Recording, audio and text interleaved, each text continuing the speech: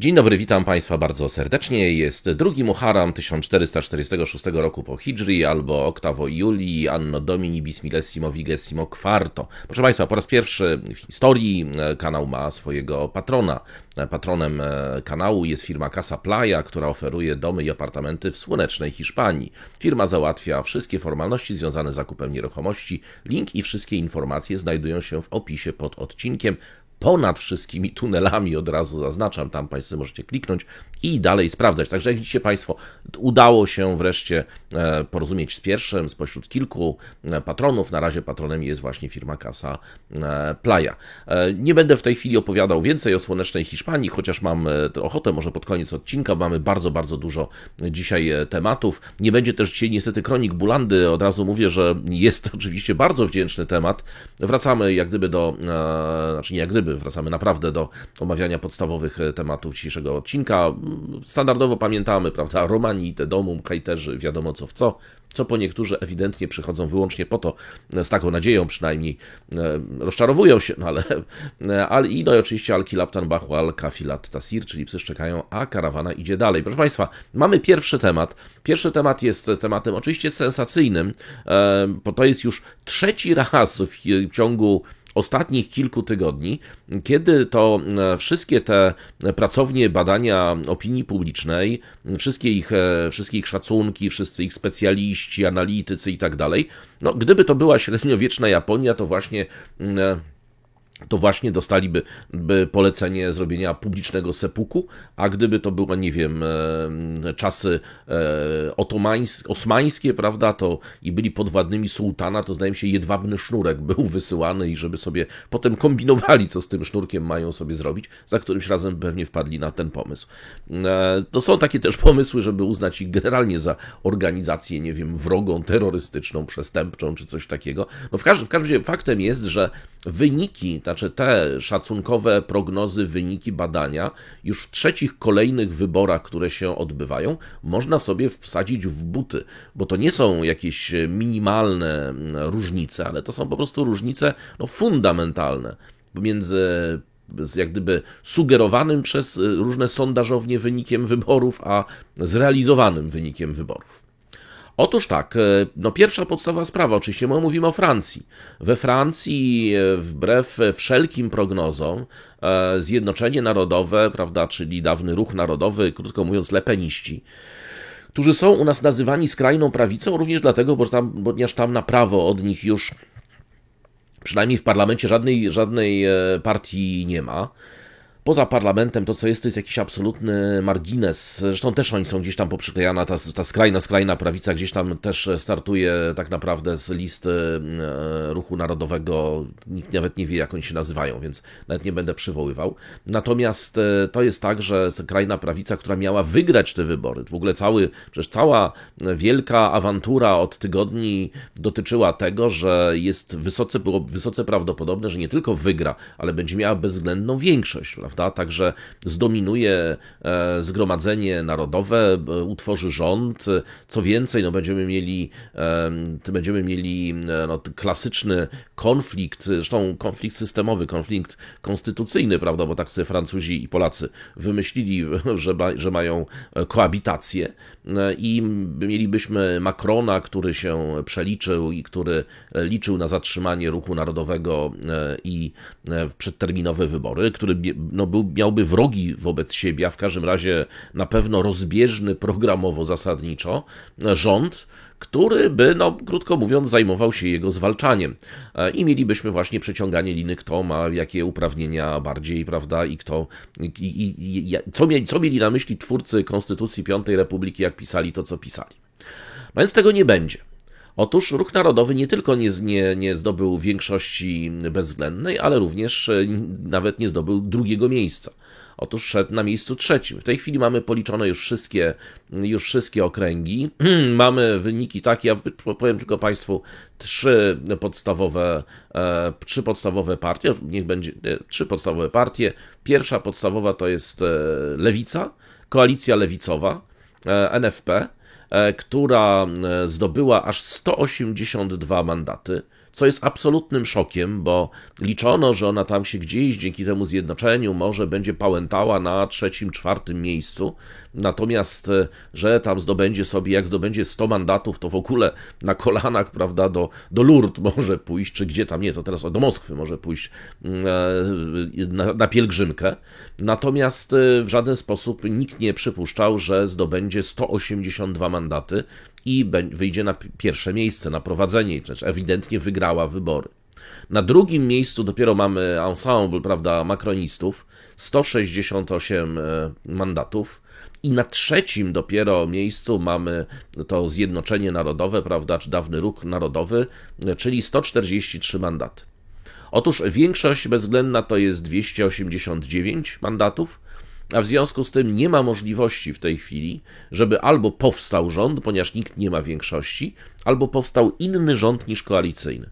No i oczywiście najbardziej prawdopodobny w tej chwili jest scenariusz taki, że albo będziemy mieli takie bezkrólewie trochę, czyli niezdolność parlamentu do wyłaniania rządu, albo też mamy drugą możliwość, że oto rząd powstanie z koalicji makronistów z lewicą, tak to można powiedzieć w skrócie, bo wtedy to daje stabilną, zdecydowaną większość. Pamiętajmy tylko, że lewica to jest tam zbieranina różnych partii, które już się potrafiły nie o jedną rzecz kłócić, nawet w zgromadzeniu, nawet będąc w opozycji, nawet nie mając władzy. No na przykład, żeby daleko nie szukać o gazy. W związku z tym mamy, oczywiście część prasy oczywiście pisze o impasie, część prasy nie pisze, że nikt w tej prasie nie pisze o jednej rzeczy, że z tego punktu widzenia Macron wygrał te wybory. Ponieważ nawet jeżeli powstanie rząd, to albo powstanie rząd z jego udziałem, jego partii, czyli makronistów, czyli nie będzie czegoś takiego jak rząd zwalczający czynnie prezydenta i rząd, który nie będzie w stanie się z prezydentem dogadać, bo będzie miał swoich ludzi w tym rządzie, albo też będziemy mieli rozdrobnienie w parlamencie, prawda, jakiś rząd, próby tworzenia rządów mniejszościowych i generalnie znowu mocnego prezydenta, który na tle rozdrobnionego, podzielonego, skłóconego i niestabilnego zgromadzenia będzie po prostu rządził. To oczywiście jest, państwo jest wtedy mniej stabilne politycznie, a z punktu widzenia Macrona to on znowu będzie, prawda, tą ostoją stabilizacji. Więc to jest bardzo istotna rzecz. Tutaj oczywiście premier Gabriel Attal powiedział, że dzisiaj złoży, w momencie kiedy nagrywam, to jeszcze tego nie zrobił, ale pewnie to zrobi, że złoży Macronowi rezygnację, ale jest gotów służyć tak długo, jak wymagają tego obowiązki, czyli krótko mówiąc, dopóki nie sformuje się jakaś koalicja, a to może być bardzo długo. Ten nowy front ludowy, czyli NFP, który utworzony został dopiero w ubiegłym miesiącu, po właśnie ogłoszeniu przez Macrona przedterminowych wyborów, to jest obóz socjalistów, zielonych, komunistów oraz France Insoumise, Mélenchona, LFI. To jest koalicja, która już się, tak jak mówię, już raz się rozpadała, zresztą dosyć niedawno w parlamencie, więc ma swój wspólny program, zaraz o nim opowiem, żeście Państwo wiedzieli.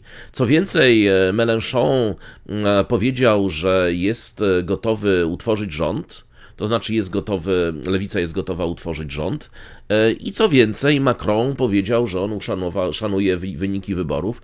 Zwyczaj mówi o tym, że powinien teraz mianować premiera wskazanego przez zwycięskie ugrupowanie, prawda, czy zwycięską koalicję.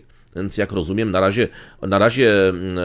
na razie tym kandydatem jest Mélenchon, chociaż nie wiadomo, bo tam się dostało paru zacnych polityków lewicy, w tym jeden z byłych prezydentów, więc nigdy nie wiadomo, tak, co tam się jeszcze wydarzy, czyli kto będzie tym ewentualnym kandydatem, ale jak na razie Mélenchon jest twarzą tego przedsięwzięcia, to po pierwsze, po drugie, on przemawia tam, on jest cytowany, więc jego na pewno pozycja jest bardzo mocna, pomimo tego, że oczywiście bardzo wielu tam się nie podoba, bo jego poglądy są delikatnie mówiąc wyraziste. A z drugiej strony, no być może właśnie dlatego Francuzi zagłosowali na tą lewicę, bo ta lewica ma poglądy wyraziste, a nie właśnie mdłe czy centrystyczne, co zresztą pokazuje tą polaryzację, prawda, z jednej strony lewica, znaczy prawica skrajna, tak zwana, bo mówimy relatywnie w stosunku do reszty, a z drugiej strony lewica skrajna, znowu, no jeżeli chodzi o akurat o skrajność lewicy we Francji, ponieważ ta cała scena jest mocno przesunięta na lewą stronę, no to ta lewica skrajna jest dosyć skrajna, tak?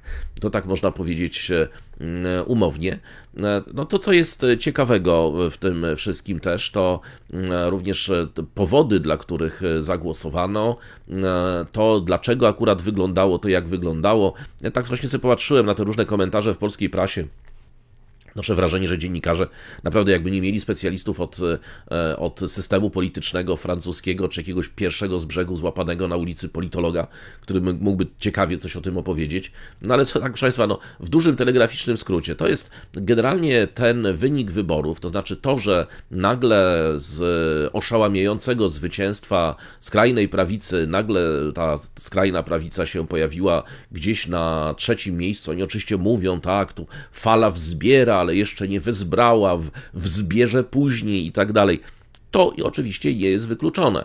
To nie jest wykluczone, że teraz ten ruch narodowy, który został stłumiony jak gdyby w całej Francji, ze względu na taki, a nie inny system wyborczy, no on rzeczywiście wzbierze w pewnym momencie i być może właśnie upust temu wezbraniu da przy okazji wyborów prezydenckich, prawda? Czyli będziemy mieli na przykład Le Pen jako prezydentkę. Znaczy ona pewnie będzie prezydent, nie, chociaż tam jest lewicowe, to prezydentka będzie pewnie, albo prezydenta, nie wiem. W każdym razie w tej chwili tak nie będzie. W tej chwili Bardella na pewno też premierem nie zostanie. Tam w tej chwili nie ma możliwości utworzenia rządu ze Zjednoczeniem Narodowym raczej. Z tej arytmetyki wynika w żaden sposób. Musieliby jeszcze makronistów do tego dodać, więc dalej nie. Natomiast dlaczego tak się wydarzyło? No to proszę Państwa, to są właśnie po raz kolejny, to są kolejne wybory, gdzie macie Państwo tak zwane uroki Jowów, tak?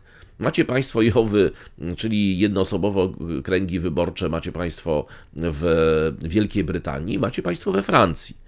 I to jest tak, wiecie Państwo, to jest tak, że w ogóle ja obserwowałem w Polsce, chociaż nie mieszałem się do tej debaty, bo do polskich debat politycznych mamy po prostu pewną alergię i się do nich nie mieszam, ale z pewnym rozbawieniem kiedyś obserwowałem tę debatę, gdzie tam opowiadano, jakim to szczęśliwym krajem nie będzie kraj, jak będą Jowy. Otóż politologów, i to nawet na kiepskich uczelniach, no uczą jednak, prawda, systemów wyborczych a na dobrych uczelniach uczą bardzo fajnych rzeczy. Na przykład uczą jak się, może nie tyle, bo to zawsze wykładowcy mówią, tylko żebyście Państwo nie mówili, że ja tu Państwa uczę, jak fałszować wybory, tak? No ale to jest tak, że akurat przy jednoosobowych okręgach wyborczych to jest tak wdzięczny przedmiot manipulacji wyborczych, to głowa boli. No.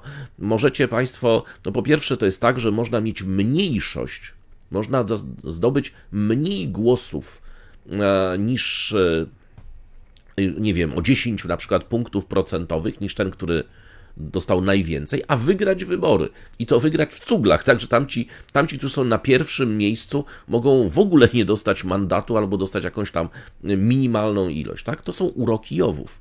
Uroki Jowów właśnie polegają na tym, że jeżeli jeszcze jesteśmy w stanie przed wyborami, to co w Stanach Zjednoczonych robiono kiedyś często, jeżeli jesteśmy w stanie pozmieniać sobie granice okręgów wyborczych, zrobić sobie na przykład taką salamandrę, prawda? Zresztą to nie tylko, bo gerrymandering akurat nie musi dotyczyć tylko Jowów, no ale możemy, krótko mówiąc, tak sobie na przykład poustawiać granice okręgu wyborczego, żeby zawsze nasza partia wygrała na przykład, nie wiem, w całym kraju, pomimo tego, że dostanie właśnie, że teoretycznie powinna w całym kraju przegrać. Tak? Więc poza tym Jowy powodują jedną rzecz, że możemy mieć do czynienia z wielkimi grupami społecznymi, takimi, które mają na przykład miliony wyborców, które nie mają żadnego reprezentanta. Albo miliony wyborców, które mają na przykład, nie wiem, tam jakąś marginalną liczbę reprezentantów. Właśnie idealnym przykładem jest Wielka Brytania, tak? Te ostatnie wybory. No bo to tak właśnie dokładnie wygląda. I teoretycznie ten system właśnie jednoosobowych okręgów wyborczych miał wymuszać polaryzację sceny politycznej i prowadzić do takiej dwupartyjności, lewica i prawica, tak? A co miało powodować dużą stabilność sceny politycznej, bo tak jest zachwalany i tak zawsze jest przedstawiany, że on powoduje dużą stabilność sceny politycznej, bo nie ma tutaj miejsca na rozdrobnienie różnych partii. No nie ma miejsca na rozdrobnienie, ale w związku z tym może się okazać, że nawet 50% albo więcej społeczeństwa nie ma w ogóle ich poglądów reprezentowanych w parlamencie. Co notabene skłania wtedy do czegoś, do takich zjawisk, prawda, oderwania jakby społeczeństwa od w ogóle klasy politycznej, a wreszcie prowadzi do skrajności, na przykład do budowy organizacji skrajnych, prawda, które uznają, że no jeżeli nie mają żadnej szansy na reprezentację w parlamencie, no to spróbujmy sobie zacząć robić demokrację poza parlamentem, tak, i tak dalej. Jest takich oczywiście przykładów bardzo, bardzo dużo. Zresztą powiem Państwu jeszcze jedną rzecz właśnie a propos tych wykładów i politologii. Pamiętam, jak ten pan doktor, który nas uczył, właśnie mówił nam na zajęciach, mówił, proszę Państwa, jakiegokolwiek sposobu na sfałszowanie, wypaczenie z jakiegoś aktu wyborczego, byście Państwo nie wymyślili i uznali, że wymyśliłem nowy, jest genialny, na pewno w XIX wieku w Stanach już to 100 razy przećwiczono, tak? Jest na pewno opisane w amerykańskich podręcznikach, bo oczywiście tam naród był wyjątkowo innowacyjny, jeśli chodzi, prawda, o robienie różnych przekrętów wyborczych, więc krótko mówiąc, no ale tutaj mamy JOW-y, tak? Więc JOW-y spowodowały właśnie dokładnie to, czyli mieliśmy tak, że nawet z punktu widzenia popularności tego zjednoczenia narodowego, one wychodziło na pierwsze miejsce. Co więcej, w tej drugiej turze, gdzie mogło być 3 kandydatów, ale trzeba pamiętać, że zwykła większość decydowała, głosy rozbijałyby się tak, że ten przedstawiciel właśnie tego zjednoczenia narodowego miałby pierwsze miejsce. Natomiast nie wiem, te wici, prawda, i ta wielka mobilizacja, która została stworzona od makronistów przez golistów aż po lewicę, doprowadziła do tego, że setki kandydatów, tych tak zwanych trzecich, czyli tych, którzy mieli najmniej głosów, znaczy najmniejszą szansę na wybór, ale którzy by dawali wybór zwykłą większością owemu lepenowcowi, nazwijmy to, wycofało się. I nagle się okazało, i przekazywało głosy, wzywało do głosowania na tego drugiego, który nie jest od Le Pen. W związku z tym nagle się okazało, że można było całkowicie wywrócić stolik i w tym czasie pomiędzy pierwszą i drugą turą doprowadzić do tego, że Zjednoczenie Narodowe, pomimo tego, że z sondaży i z analiz mogłoby wynikać, że ma większość, to nie tylko tej większości nie zdobyło, ale spadło na 3. miejsce. To po prostu uroki takiego systemu politycznego, systemu wyborczego. Od razu powiem, że każdy system wyborczy ma jakieś wady. Przecież system znowu proporcjonalny, taki czysto proporcjonalny, tak jeszcze możecie przecież Państwo pamiętacie, że mamy D'Hondta, mamy zmienionego D'Hondta, mamy Saint-Léger, prawda, i tak dalej. To są różne systemy liczenia głosów w systemie proporcjonalnym, które nam wypaczają wynik wyborczy. Mamy jeszcze progi, które mogą dodatkowo, ze względu na to, że mogą odciąć na przykład nawet 50 partii, prawda, taki próg, bo jest scena polityczna rozdrobniona, ale to powoduje, że wszystkie te partie, prawda, które się nie znalazły w parlamencie, one są partiami pozaparlamentarnymi, ich wyborcy są pozaparlamentarni. W zależności od tego, jak sobie zmanipulujemy wysokością tego progu dla koalicji, dla pojedynczej partii, możemy mieć, proszę Państwa, przy takim samym poparciu, gdybyśmy sobie wzięli taką migawkę na przykład z dzisiejszego badania opinii publicznej gdzieś w Polsce, a następnie podłożyli to niestety wymagałoby trochę pracy, bo to trzeba byłoby jeszcze patrzeć już na okręgi, to nie jest taka prosta sprawa, żeby to przełożyć, ale są specjaliści, którzy to potrafią robić. Marcin Balade, prawda, jest takim specjalistą, który ma te wszystkie swoje tabelki, mapki, on potrafi właśnie takie analizy robić i można byłoby na przykład mieć taki sam wynik, nie wiem, Platformy, PiS-u, tam Konfederatów, tej niby lewicy, prawda, to wszystko i jak gdyby mielibyśmy naprawdę zupełnie kilka różnych parlamentów z gigantycznymi, nawet bym powiedział, różnicami tego, co się pojawia w parlamencie, pomimo tego, że niby preferencje wyborcze są cały czas takie same. W zależności od tego, na przykład, czy byśmy znieśli próg, czy pozostawili próg wyborczy, czy byśmy wprowadzili JOW-y, czy nie JOW-y, czy taki system jak we Francji, czy może taki system jak w Wielkiej Brytanii i tak dalej, tak? Więc no, macie państwo właśnie przykłady znakomite z Francji i z Wielkiej Brytanii, jak JOW-y mogą zasadniczo przeorać scenę polityczną, nie zmieniając preferencji wyborczej wyborców. No ale też trzeba pamiętać, że właśnie to, że się makroniści dogadali z lewicą, z golistami i z kim tam się jeszcze nie dało, jeśli chodzi o to wycofanie, to też jest pokazane, że jest jednak takie pospolite ruszenie, które nie chce dopuścić tak zwanej skrajnej prawicy do władzy. No, mamy oczywiście, lewica uważa, że wygrała w cuglach, co zresztą jest prawdą, znaczy dla mnie też jest to zaskoczeniem, że w tak wielkim stopniu jednak się pojawiła. Tutaj oczywiście tam gdzieś, nie wiem czy Państwo widzieliście, gdzieś w Perpignan śpiewanie, prawda, ekstaki, prawda, czyli lijaka, czyli tego, co później Kaczmarski sobie zrobił z tego mury. Potem mamy gdzieś tłum skandujący no pasaran, po prostu wielkie święto lewicy w całym kraju. To nie widać było tego wśród makronistów, oni jednak tutaj tracą władzę, na chwilę co prawda, bo moim zdaniem zaraz wrócą właśnie w koalicji. No i oczywiście żałoba wśród lepenowców. To jest tak, że Marine Le Pen prawdopodobnie w 2027 roku będzie startowała na prezydenta. Powiedziała, że ten wynik położył podwaliny pod jutrzejsze zwycięstwo. Powiedziała, że ta fala rośnie, tym razem nie wzrosła wystarczająco wysoko, ale nadal rośnie, w związku z czym nasze zwycięstwo tylko się opóźnia. No faktem jest, że oni mieli bodaj 90, chyba 8 albo 6 głosów w 2022, więc teraz mają ponad 140, więc to jest no, o połowę więcej, tak? W związku z tym to jest bardzo dużo. Też duży wzrost, ale nie tak duży jak zakładano. No, zakładam, że będzie 300, prawda? Więc to jednak no, trudno mówić, żeby się to udało, prawda? To co planowali. No tutaj jest tak, że ci dziennikarze, którzy byli tam w sztabie, mówią, że dla ludzi w centrali właśnie tego Zjednoczenia Narodowego, że jest to ogromny cios, że po raz kolejny Le Pen została pobita. No i w zasadzie tyle. To, co jest ważne jeszcze, to głosowało około 61% wyborców. Najwięcej w tej drugiej turze od 1981 roku. Także widać, że mobilizacja społeczeństwa była ogromna. No i teraz jakie czynniki wpłynęły na taki, a nie inny wynik wyborów? No, słusznie moim zdaniem wskazuje się dwie kwestie. No, pierwsza kwestia to na pewno jest ta właśnie chęć zatrzymania prawicy i moim zdaniem to rozstrzygało, to znaczy nie miało znaczenia w zasadzie, ponieważ się te partie dogadały, żeby wycofywać tego trzeciego kandydata, w związku z tym to nie znaczy, że ten kandydat z trzeciego miejsca nagle nie mógłby przeskoczyć na pierwsze, no ale tak się umówiono, w związku z tym ten jednak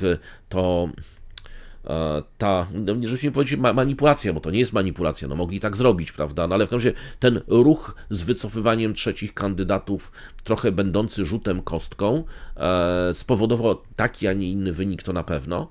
Natomiast też nie bez znaczenia jest sprawa migracji imigrantów, którzy już, szczególnie tych, którzy przecież zdobyli prawa wyborcze i jednak ruch, czy Zjednoczenie Narodowe miało kilka pomysłów takich, które uderzały nie tylko w niebo, gdyby oni się skoncentrowali na nielegalnej imigracji, to być może nawet obecna imigracja, która już po latach sobie zalegalizowała pobyty, oni też nie są specjalnie zwolennikami nadmiernej, nielegalnej imigracji. No, oni płacą podatki, nielegalni nie, prawda?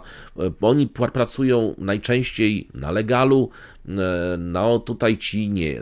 Ich napływ nielegalnych imigrantów uderza w system również pomocy społecznej, powoduje, że te wszystkie systemy integracyjne, podnoszenia kwalifikacji zawodowej, wykluczenia społecznego i tak dalej, te, które są przeznaczone dla imigrantów, no one trzeszczą w szwach, bo nie są w stanie wytrzymać wytrzymać również, znaczy byłyby w stanie z tą zalegalizowaną imigracją wytrzymać, natomiast z tą nielegalną nie. Tym bardziej trzeba pamiętać, że jednak nielegalna imigracja w momencie, kiedy człowiek przebywa nielegalnie, jeszcze ma odmowę azylu, no ona ogranicza możliwość podjęcia legalnej pracy. W związku z tym ci ludzie zajmują się w dużej mierze pracą nielegalną, no bo legalnej nie mogą, prawda, bądź mają wielkie ku temu ograniczenia, właśnie szczególnie tacy, którzy mają już wilczy bilet i teoretycznie powinni dostać ponton, prawda, ponton, kompas i pokazać, gdzie mniej więcej leży ich ojczyzna i pagaj, prawda, żeby tam sobie powiosłowali w drugą stronę. Oczywiście nikt tego nie robi, więc no to też jest tak, że ci imigranci nie wiadomo, jakby się zachowali, krótko mówiąc, w tej turze. Natomiast no, z całą pewnością ponieważ te projekty Zjednoczenia Narodowego również uderzały w tą już aktualną migrację, albo w tych, którzy mają już prawo pobytu, dostali azyl, ewentualnie dostali już obywatelstwo, to mogło jeszcze dodatkowo spowodować mobilizację, no mobilizację wszystkim ludzi młodych, to z całą pewnością, i mobilizację również migracji, która zagłosowała jak jeden mąż na lewicę. Tym bardziej, że oni rozumieją również ci wszyscy migranci, że właśnie po to, żeby konkurować ze Zjednoczeniem Narodowym, Macron ciągle właśnie robi takie różne ruchy, które mają udawać, że on się przesuwa w prawo, prawda, żeby tam zabrać jeszcze parę punktów lepenowcom. No, udaje się, nie udaje, w każdym razie na pewno dla nich lewica jest największą, czy najbliższą alternatywą.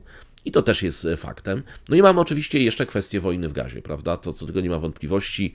Macron, który z jednej strony tam próbuje odgrywać jakąś rolę, z drugiej strony nie uznaje państwa palestyńskiego.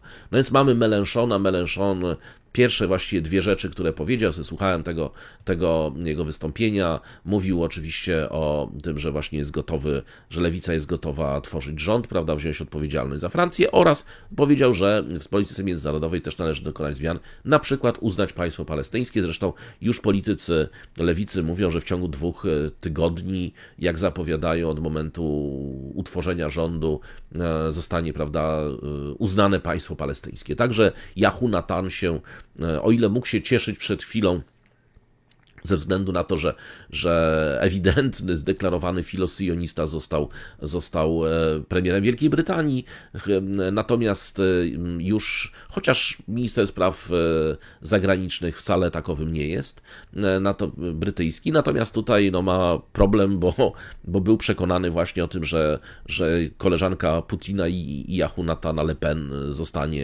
zostanie premierem, a tu się okazuje, że Mélenchon, który na pewno kolegą Yahu Natana nie jest, co do Putina to jest jeszcze kwestia do wyjaśnienia, delikatnie mówiąc, no ale to też. Oczywiście od razu Państwu powiem też, że ta lewicowa koalicja może się oczywiście w każdej chwili rozpaść właśnie z punktu widzenia tych różnic programowych, ale zdaje się, że to przynajmniej ten program minimum, który uzgodnili, jest jakoś tam akceptowalny. Co się będzie działo dalej, to nie wiadomo. Wiadomo tak, że ten program został, zdaje mi się, w kilka dni ogłoszony po 9 czerwca, że właśnie zgodziły się te główne grupy, że to będzie taki plan ramowy, ewentualnie szczegóły będą potem negocjowane.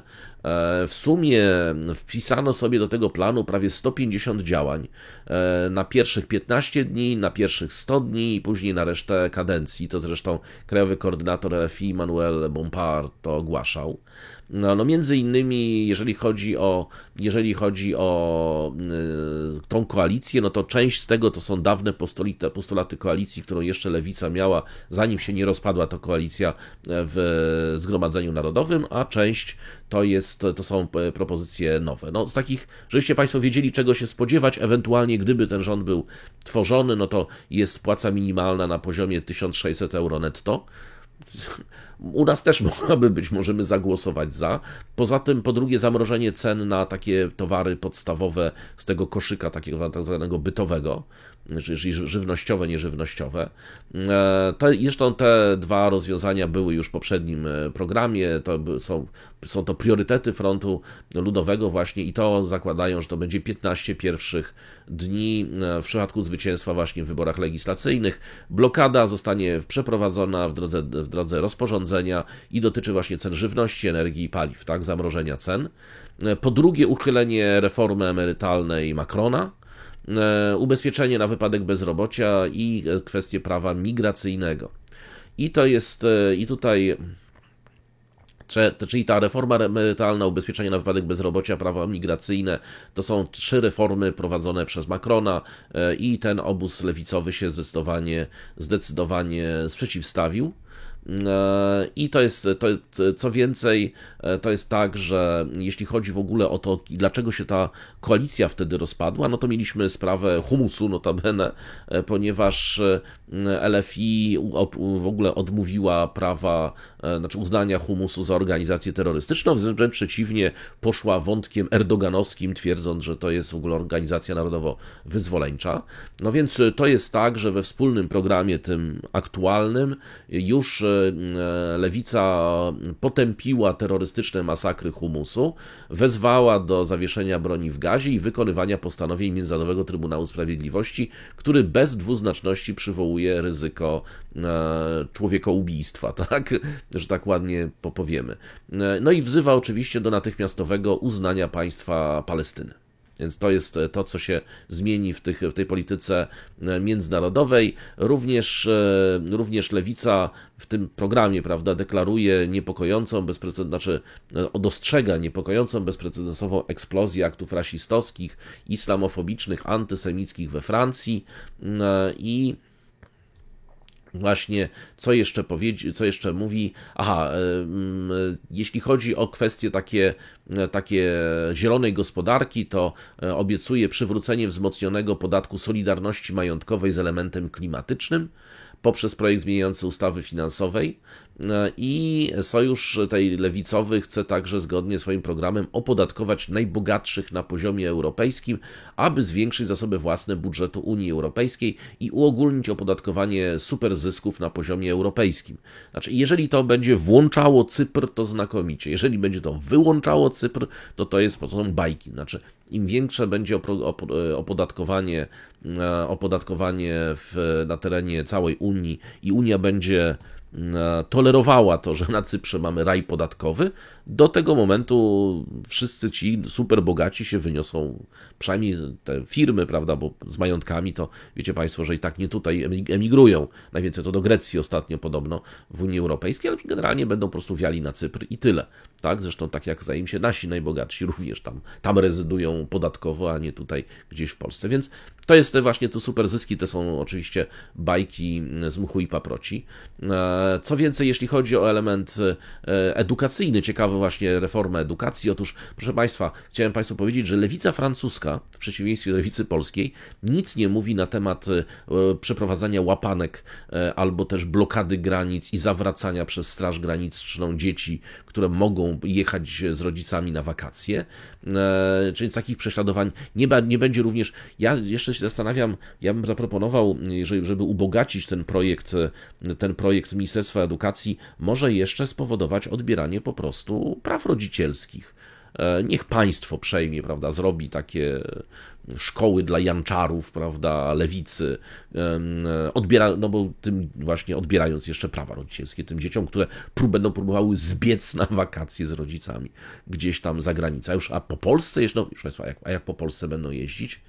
To w ogóle kontrole drogowe, tak, dziecko poniżej takiego areszt dla rodziców, dziecko do domu dziecka. Co, proszę Państwa, jak gdyby ilość różnych durnot, które można wymyślić na podstawie tego pomysłu, o którym rozmawiają w Ministerstwie Edukacji, nie ma granic. Natomiast tym, czym się zajmuje poważna lewica na przykład, czyli francuska, to jest na przykład sprawa dotycząca zmniejszenia liczby uczniów w klasie do maksymalnie 19, co oznacza oczywiście zatrudnienie dużo większej liczby nauczycieli, podniesienie wynagrodzeń pracowników oświaty.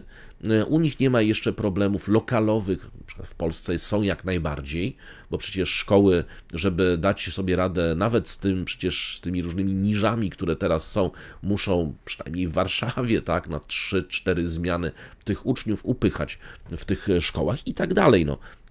To są problemy, tak? Wyposażenie szkół, które są jak w 60 latach je wyposażyli, to niektóre do dzisiaj tak do dzisiaj tak mają. Brak wentylacji w klasach na przykład, lub taka, która nie działa przy tych upałach, jest nie do wytrzymania i tak dalej, i tak dalej.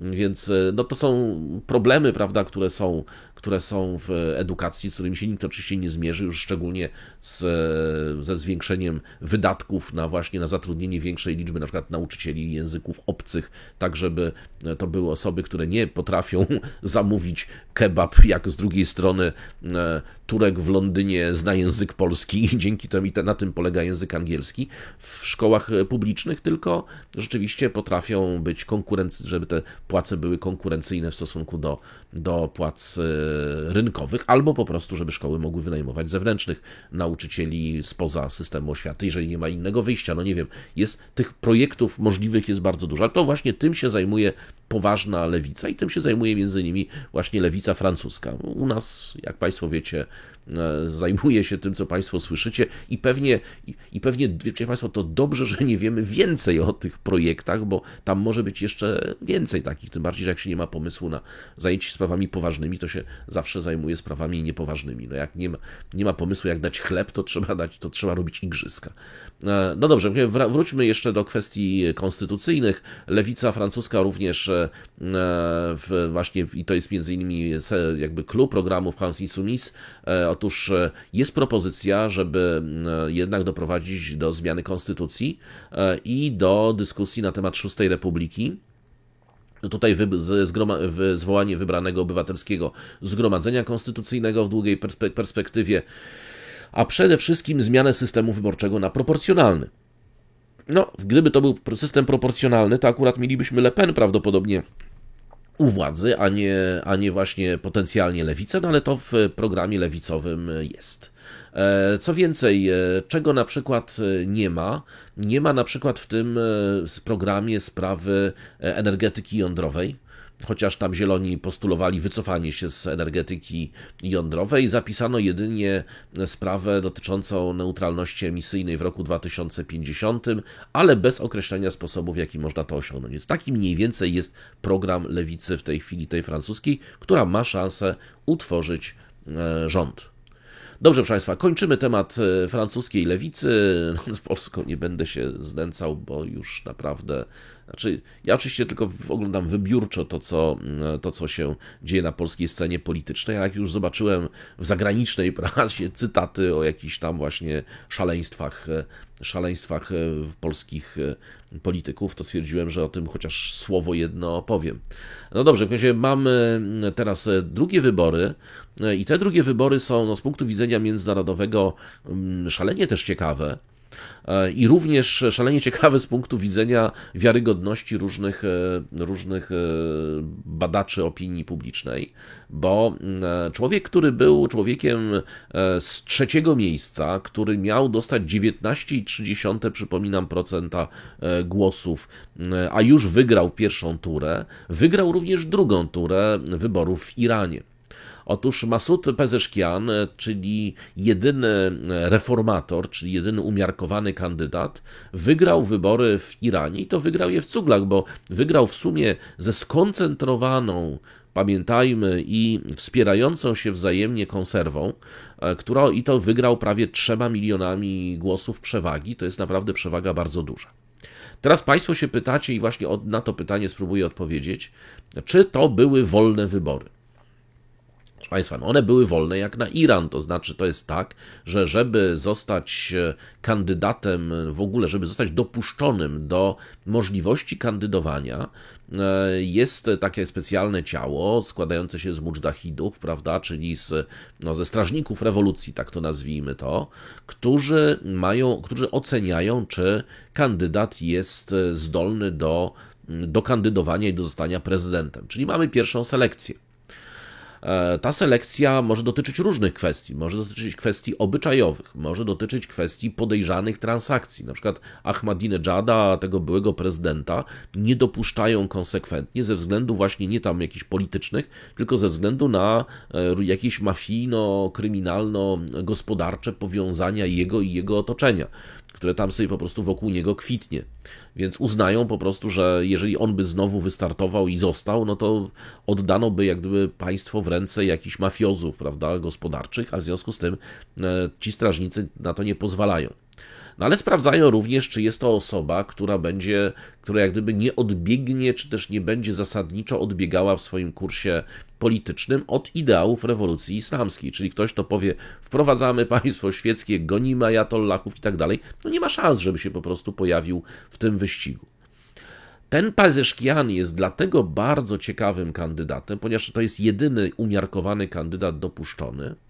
On w cuglach wygrał rzekomo właśnie w Kurdystanie, w Azerbejdżanie, czyli właśnie tam, gdzie są wielkie mniejszości narodowe.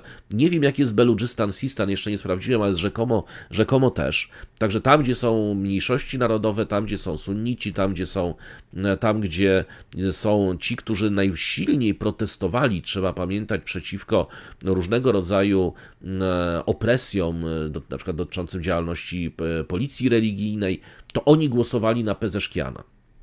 Więc z tego punktu widzenia jest kandydatem, który na pewno skanalizował znaczną część, czy właściwie wszystkie możliwe głosy opozycji, tak?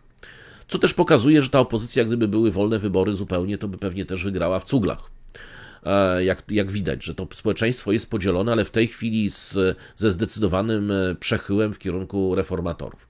No z drugiej strony on i tak przeszedł, prawda, ten proces sprawdzania tego, czy jest halal, czy haram, a w związku z tym on jest halal, jak się okazało, dla strażników rewolucji, a w związku z tym uznali, że nawet jeżeli jest reformistą i być może taka jest potrzeba w tej chwili, żeby w ten sposób skanalizować ten ruch protestu, który inaczej nie wiadomo, czy by po raz kolejny nie wybuchł już skutecznie na ulicach, w związku z tym może taki właśnie reformator odchodzący od tej twardej linii jest albo też był potrzebny. To jest też tak, zaraz Państwu powiem w ogóle jak to będzie wyglądało i kilka takich, powiem Państwu, ciekawostek z jego historii, bo na przykład chciałem Państwu powiedzieć, że on raz już został odrzucony przez strażników rewolucji właśnie jako kandydat, jako osoba niezdolna, czy też osoba właśnie niegodna tego, żeby startować. On wtedy zrobił jakąś koszmarną awanturę w zgromadzeniu wokół tego, żądał publicznego przedstawienia powodów, dla których został odrzucony i tak dalej, więc to jest na pewno dysydent. To, czy on jest, jak bardzo jest to koncesjonowany dysydent, to jest inna sprawa. No ale też, proszę Państwa, no nie chcę odwoływać się do historii Polski, no ale przypomnijmy, kto jak była obalana komuna w Polsce, tak, to kto się z kim dogadywał przy okrągłym stole i jak to wyglądało, tak, no w jakiejś konsekwencji ten ustrój, powiedzmy, demokracji ludowej i Polska Rzeczpospolita Ludowa przestała istnieć, tak? A to teraz dyskusja na temat tego, ilu spośród tych, którzy byli w opozycji, to tak naprawdę było na etacie u Kiszczaka, prawda? To już jest kwestia do rozstrzegania wśród historyków, ale stało się tak, jak się stało, tak? I tutaj być może będziemy mieli do czynienia z początkami takiego procesu lub takim przejawem. Trzeba pamiętać, że oczywiście, że tam jest to zupełnie to inaczej wygląda, no ale tak czy inaczej, no jest to jakiś tam w miarę postępowy kandydat. Zresztą przedstawię Państwu w ogóle jego historię takich trochę mniej znanych epizodów z jego życia i z jego historii. Na przykład on był weteranem, prawda, wojny iracko-irańskiej, to wszyscy wiedzą, ale co jeszcze później po tej wojnie robił, to już mało kto wie.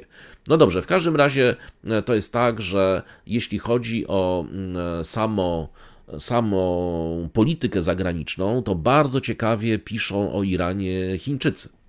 Ponieważ jak Państwo wiecie, no Chiny są bardzo zaangażowane w tej części świata, Chiny są również bardzo zainteresowane współpracą z Iranem, prawda, łamaniem sankcji, zakupami ropy i tak dalej, więc to nie jest tak, że one są tutaj obojętne. W związku z tym Chińczycy na przykład twierdzą, że pod dowództwem Pezeshkiana nie będzie żadnego zasadniczego zwrotu na zachód, że Iran będzie kontynuował politykę prowschodnią i konsolidował współpracę zarówno z Chinami, jak i Rosją. Że może rzeczywiście, nawet jeżeli nowo wybrany prezydent Pezeshkian włoży większy wysiłek w naprawę stosunków z Zachodem, to jednak nie będzie to oznaczało nagle prozachodniego zwrotu, prawda, i próby za wszelką cenę tam łaszenia się do państw zachodnich i dowolnych koncesji tylko po to, żeby tam ktoś ich poklepał po plecach. Tutaj to jest raczej wykluczone, znaczy tak przynajmniej twierdzą Chińczycy. Pezeszkian powiedział w czasie sobotniego przemówienia w mauzoleum imama Chomeiniego: stworzyliście szansę dla Iranu i przywróciliście nadzieję i radość w atmosferze niezadowolenia, niepokoju i melancholii w społeczeństwie. Jestem wam wszystkim wdzięczny. No, według Irny Pezeszkian podziękował także najwyższemu przywódcy rewolucji, czyli Chameneiemu, właśnie za otwarcie sceny dla bardziej konkurencyjnych i zdrowszych wyborów prezydenckich, prawda? Czyli podziękował mu, że ten umożliwił w ogóle mu startowanie i że trochę to tak naprawdę decyzją Chameneiego w ogóle można było te wybory przeprowadzić. Generalnie Xi Jinping przesłał w sobotę Pezeszkianowi wiadomość, w której pogratulował mu wyboru na prezydenta. W swoim właśnie przesłaniu Xi powiedział, że w obliczu złożonej sytuacji regionalnej i międzynarodowej Chiny i Iran zawsze się wspierały, trzymały razem na dobre i na złe, stale konsolidując strategiczne wzajemne zaufanie, promując wymianę, współpracę oraz utrzymując solidną komunikację i koordynację w sprawach regionalnych, międzynarodowych, co nie tylko przyniosło korzyści obu narodom, ale także wniosło pozytywny wkład w promowanie pokoju i stabilności w regionie i na świecie. Tak powiedział Xi, przypominając oczywiście rolę Chin w ten sposób w tym dealu z Arabią Saudyjską. I generalnie Xi powiedział, że przywiązuje dużą wagę do rozwoju stosunków chińsko-irańskich i jest skłonny współpracować z Pezeszkianem, żeby pokierować pogłębieniem partnerstwa strategicznego między obydwoma krajami. Generalnie Pezeszkian wezwał do konstruktywnych stosunków z krajami zachodnimi, żeby wydobyć Iran z izolacji. Również wyraźnie opowiada się za wznowieniem porozumienia nuklearnego między Iranem a mocarstwami światowymi, czyli JCPOA z 2015 roku. Zresztą dlatego właśnie mianował Zarifa, prawda, byłego ministra spraw zagranicznych, właśnie tego, który się dogadywał z Kerrym wtedy i był architektem tego dealu, zrobił go ministrem spraw zagranicznych, czyli bardzo doświadczonego dyplomatę, który ma bardzo dobre relacje osobiste z różnymi politykami z Ameryki i nie tylko. Co więcej, właśnie wskazuje się, że nowy prezydent po objęciu urzędu skupi się lub nada nawet priorytet ożywieniu stosunków z Zachodem, zwłaszcza ze Stanami Zjednoczonymi, w nadziei też na zniesienie przynajmniej niektórych sankcji. Każde zniesienie każdej sankcji oczywiście sprzyja gospodarce irańskiej. Natomiast powiedział właśnie w telewizyjnym przemówieniu wygłoszonym 25 czerwca sam Chamenei, powiedział: ten, kto myśli, że bez przychylności Ameryki nic nie da się zrobić, nie będzie dobrze zarządzał krajem. Generalnie też wskazuje się, że nowy prezydent wywrze wpływ na irańską dyplomację.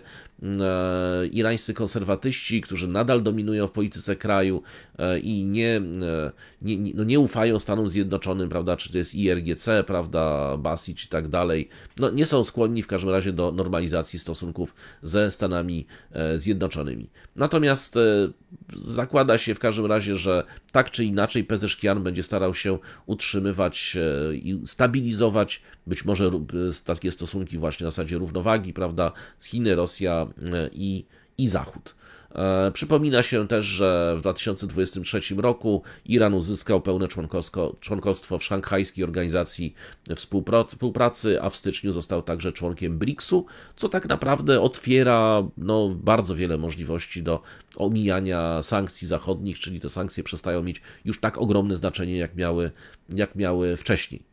Jeśli chodzi o reakcje wewnątrzirańskie, to tak, po pierwsze to jest takie kolejne hołdy, które napływają, są bardzo ciekawe, bo trzeba było się zastanowić nad tym, czy wobec takiej, a nie innej postawy politycznej, co zrobi w takiej sytuacji armia, co zrobi Korpus Strażników Rewolucji. Więc tak, po pierwsze szef sztabu irańskich sił zbrojnych zapewnił irańskiego prezydenta elekta, że siły zbrojne będą w dalszym ciągu ściśle współpracować z jego administracją, czyli puczu nie będzie. W sobotniej wiadomości generał dywizji Mohammad Hossein Bagheri pogratulował Masudowi Pezeszkianowi zwycięstwa w wyborach prezydenckich. Generał określił wybory jako główny czynnik wzmacniający jedność narodową oraz chroniący niepodległość i bezpieczeństwo kraju przed wrogimi spiskami. Dowódca oświadczył, że siły zbrojne jak zwykle są przygotowane do współpracy i interakcji z administracją, którą utworzy prezydent-elekt. Bagheri też powiedział, że plany wzmocnienia zdolności obronnych pomogą poczynić ogromne postępy w stabilizacji potęgi kraju, mocy odstraszania, bezpieczeństwa i ochrony spraw Republiki Islamskiej. To jest komunikat. Ale mamy drugi komunikat. Tym razem za Tasnim. Korpus Strażników Rewolucji Islamskiej wyraził poparcie i zobowiązał się do współpracy, czyli oni też nie zrobią puczu, tak? To w skrócie tłumaczymy, o co chodzi w tym komunikacie, że będzie właśnie popierał prezydenta elekta Masuda Pezeszkiana, generał dywizji Hossein Salami. Oni mają cudowne te nazwiska. Ja wiem, że z nazwisk nie należy się nabijać, ale autentycznie rzeczywiście Irańczycy, oni sobie nie zdają sprawy na szczęście z tego, jakich nazwiska niektóre brzmią, liczne brzmią po polsku. Już nie będę przywoływał ani ajatollahów niektórych, ani innych znakomitych przedstawicieli. Zresztą szef Hezbollahu też ma wdzięczne po polsku wiele znaczące nazwisko, więc no ale no tak czy inaczej, że tutaj jest Salami, tak? Więc generał dywizji Salami pogratulował Pezeszkianowi zwycięstwa w wyborach prezydenckich, życząc mu powodzenia podczas sprawowania urzędu.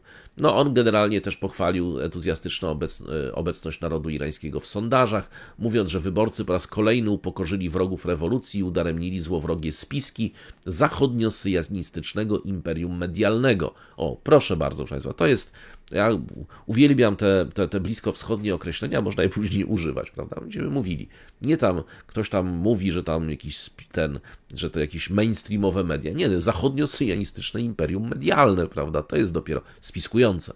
Zorganizowanie bojkotu wyborów, tak? Że rzeczywiście ten bojkot, bo tak, no już tak na marginesie, wszystkie te właśnie z tego imperium medialnego media rzeczywiście starały się mówić, tak, tutaj 40% tylko w pierwszej turze, to oznacza, że w ogóle jakieś odwrócenie się społeczeństwa, że to jest znak protestu i tak dalej, i tak dalej. No, w drugiej jest ponad 60 w związku z tym, czy tam około 50 w związku z tym zasadniczo więcej w każdym razie i co więcej, no wygrywa reformator właśnie ze względu na to, że mieli ludzie nareszcie jakiś wybór.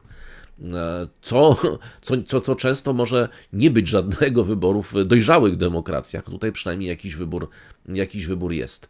No, generał dywizji Salami wyraził także pewność, że mobilizacja wszelkich zdolności i możliwości doprowadzi Iran do zwycięstwa nad wojną gospodarczą wroga, podkreślając, że poleganie na zdolnościach wewnętrznych i ochronie potęgi islamskiego establishmentu na arenie międzynarodowej w celu przywrócenia niepodległości narodu irańskiego pozwolą temu krajowi zabłysnąć na arenie międzynarodowej. Cokolwiek by to nie miało znaczyć, ładnie zabrzmiało. Krótko mówiąc, mamy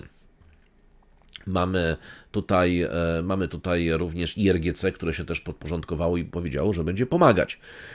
No dobrze, to teraz musimy powiedzieć sobie trochę o tym, kim jest tak naprawdę Mesud Pezeshkian. Od razu Państwu powiem, że to, co Państwo możecie przeczytać tam ta opozycja irańska też opublikowała jego biografię, ona jest tak mocno tendencyjna, nawet nie będę tego cytował, bo to już, wiecie Państwo, znaczy ze wszystkich stron w takich konfliktach, znaczy jakby sztuką dobrej propagandy jest wplatanie jakiegoś własnego komunikatu w komunikaty prawdziwe, natomiast już takie chamskie manipulowanie, tego się nie da czytać, tak? To jest pewnie ten sam autor, który wymyślił Duch Kijowa, prawda, tam to pisał, więc tego się po prostu, czy tego Ducha Kijowa, więc tego się nie da po prostu czytać. Natomiast to, co jest ważnego, był w 54, urodził się w 54 roku w zachodnim Azerbejdżanie, w Mahabadzie. Jego najwyższym stanowiskiem, na jakim był, to było pełnienie funkcji ministra zdrowia zarządów Mohammeda Khatamiego. Był posłem do zgromadzenia 8, 9, 10, 11 i 12 kadencji. Był również w 2016-2020 funkcję członka prezydium parlamentu. W latach 80 do 88 był żołnierzem na froncie w czasach wojny iracko-irańskiej. Najpierw jako lekarz, potem jako taki dowódca odpowiedzialny za kreowanie i wysyłanie, za tworzenie i wysyłanie zespołów medycznych na linię frontu. W roku 1999 przez 6 miesięcy pełnił funkcję wiceministra zdrowia właśnie u Mohammeda Khatamiego. W 2001-2005 mianowany już pełnym ministrem zdrowia. Notabene No, notabene tam wtedy była cała afera, ponieważ były niedobory leków i nawet parlament chciał go odwołać ze względu właśnie na problemy związane z niedoborami leków, również stawkami za leczenie i tak dalej. No ale generalnie przetrwał to głosowanie, tak? Znaczy nie został wtedy odwołany, prawda, i dostał wotum zaufania. Potem był wybrany na przedstawiciela Tabriz, Azar-Szar i Osku w tych kolejnych właśnie kadencjach Zgromadzenia Konsultacyjnego, prawda, czyli Madżlis Szury, czyli tego parlamentu, prawda, irańskiego, się niższej izby. Został również wybrany w 10. kadencji pierwszym wicemarszałkiem parlamentu większością 158 głosów, reprezentując frakcję Roztropności i Nadziei sprzymierzoną z ówczesnym prezydentem Hassanem Rouhanim. Jeśli chodzi o ambicje prezydenckie, to tak, w 2013 roku zarejestrował się po raz pierwszy jako kandydat, ale wycofał się na rzecz Rafsanjaniego. W 2021 roku znowu się zarejestrował, ale został zdyskwalifikowany przez Radę Strażników Rewolucji. Wtedy zrobił awanturę, zażądał publicznego ujawnienia powodów dyskwalifikacji, krytykując tę decyzję jako godzącą w interesy narodu. W 2024 roku znowu zarejestrował się do już 14 z kolei, prawda, wyborów prezydenckich i Rada Strażników tym razem go zakwalifikowała. No, generalnie to jest tak, że jeśli chodzi o jego najważniejsze działania, to jest, znaczy wskazuje się na pewne kontrowersje, delikatnie mówiąc, ale być może też te kontrowersje spowodowały, że jednak on został, które tak jak gdyby tworzą wyłom w jego obrazku na razie reformatora i takiego przeciwnika reżimu. Otóż to jest tak, że wtedy, kiedy irańsko-kanadyjska fotoreporterka została aresztowana podczas relacjonowania protestu rodzin więźniów pod więzieniem Evin, która zresztą była tam rzekomo w tym areszcie torturowana i tak dalej, że na pewno zmarła w areszcie, tak, 18 dni po aresztowaniu. No i to jest tak, że wtedy najpierw prokurator Teheranu próbował przypisać jej śmierć udarowi i właśnie Pezeshkian jako przyczynę jej śmierci podał krwotok śródczaszkowy, ale stwierdził, że osobiście dokonał oględzin ciała i powiedział, że ciało nie wykazało żadnych śladów skaleczeń ani udarów, znaczy jakichś urazów głowy, które by sugerowało, że ona zmarła w wyniku pobicia. Natomiast Kanada zażądała wtedy jakby udziału w śledztwie i Pezeshkian ich pogonił. Znaczy powiedział, że Irańczycy posiadają niezbędną wiedzę specjalistyczną do przeprowadzenia badań i ustalania przyczyny śmierci, w związku z czym on nie pozwoli zagranicznym zespołom na prowadzenie dochodzenia. Tak? To jest jeden z takich epizodów, prawda, gdzie on gdzieś wystąpił również w takim kontekście dwuznacznym, międzynarodowym. Jest też tak, że przyznał się w 2017 roku, że jako jeden z pierwszych zakazał wstępu kobietom i dziewczętom, które nie zakrywają głowy, wstępu na uniwersytety i do szpitali. Że również właśnie wtedy przygotował projekt dyrektywy wraz z innymi urzędnikami, które dały kobietom 10-dniowy termin na dostosowanie się i że wprowadził to rozwiązanie w 1978 roku, jeszcze przed wprowadzeniem obowiązkowej polityki hijabu, tak? To taka ciekawostka, prawda? Więc tutaj ma ten epizod rewolucyjny. Powiedział tak w tym wywiadzie: po rewolucji otrzymaliśmy zadanie oczyszczenia uniwersytetów i szpitali. Przyjmując tę odpowiedzialność, wydałem dyrektywę, która wymagała od kobiet przestrzegania tych wytycznych. Oczywiście skoordynowaliśmy tę decyzję z Trybunałem Rewolucyjnym i IRGC. Decyzję tę podjęto jeszcze przed wprowadzeniem polityki hijabu, zaledwie 2 miesiące po moim zarządzaniu. Rząd ogłosił, że środki te muszą zostać wykonane, prawda? Czyli takie jak gdyby stały się powszechne.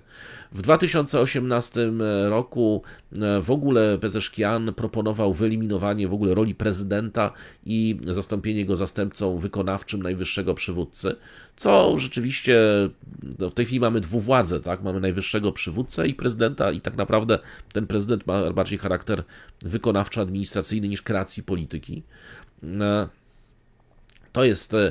To jest tak, że no, Pazeszkian nigdy powiedział, że się nie że nigdy czegoś takiego nie oświadczył, prawda, że to jego frakcja coś takiego zrobiła, ale powiedział też, że od momentu, kiedy Donald Trump rozpoczął wojnę gospodarczą z Iranem, istnieje potrzeba powołania Rady Wojennej składającej się ze wszystkich najwyższych rang elementów państwa, która przewodziłaby reakcji na tę wojnę gospodarczą, podobnie jak, żeby tutaj wszystkie instytucje postępowały zgodnie z wytycznymi, tak jak Rada utworzona w czasie wojny z Irakiem, tak? Więc on generalnie powiedział, że w takiej sytuacji był zwolennikiem konsolidacji władzy. W 2020 roku potępił decyzję Stanów Zjednoczonych o uznaniu IRGC za organizację terrorystyczną. W 2022 roku, i to jest właśnie to, gdzie te jego poglądy zaczęły już mocno się rozchodzić z poglądami tymi, powiedzmy, oficjalnymi, no bo on zażądał wtedy przejrzystości dochodzenia, jeśli chodzi o Mahsę Amini. Potępił też protesty, które powiedział, że to są działania, które mogłyby doprowadzić do niestabilności narodowej. Chodziło mu głównie o eskalację przemocy i zniszczenia mienia publicznego, no ale tam się wielokrotnie właśnie zaczął wypowiadać przeciwko działaniom policji tej religijnej, przeciwko obowiązkowi hidżabu, co jest ciekawostką, bo przecież kiedyś sam to wprowadzał, no ale rzekomo tylko krowa nie zmienia zdania, chociaż z niektórymi krowami nigdy nie wiadomo. W każdym razie to jest tak, że też zapytano go też w 2020 roku, dlaczego tak naprawdę nie zajął się sprawą osób zabitych podczas protestów w 2019 roku. I on odpowiedział, i tutaj to jest aż dziwne, że takim otwartym tekstem to powiedział, ale powiedział sprytnie i to być może nam trochę przybliża jego, że jest to po prostu człowiek, który nauczył się swobodnie pływać w stawie z rekinami, krokodylami, piraniami i tak dalej i przeżyć to, bo powiedział tak, że ci, którzy zażądali zajęcia się sprawą osób zabitych podczas protestów w listopadzie 2019 roku, poszli do więzienia. Ja nie poszedłem do więzienia. Gdybym to zrobił, poszedłem do więzienia. No i tyle, no więc jakby... I też powiedział, że wezwał też w tym samym czasie dziennikarzy do zbadania i ujawnienia tej prawdy, pytając się, dlaczego oni, prawda, nie pisali, prawda, o tym, a wymagają od niego, tak. No, oni też mogli odpowiedzieć, bo byśmy poszli do więzienia, no i się jak gdyby dogadali. Jeśli chodzi o teraz tą kampanię prezydencką, to intensywnie starał się pokazać, że w jakiś sposób będzie kontynuował linię Raisiego, co zresztą prawdopodobnie spowodowało, że go jednak zaakceptowano.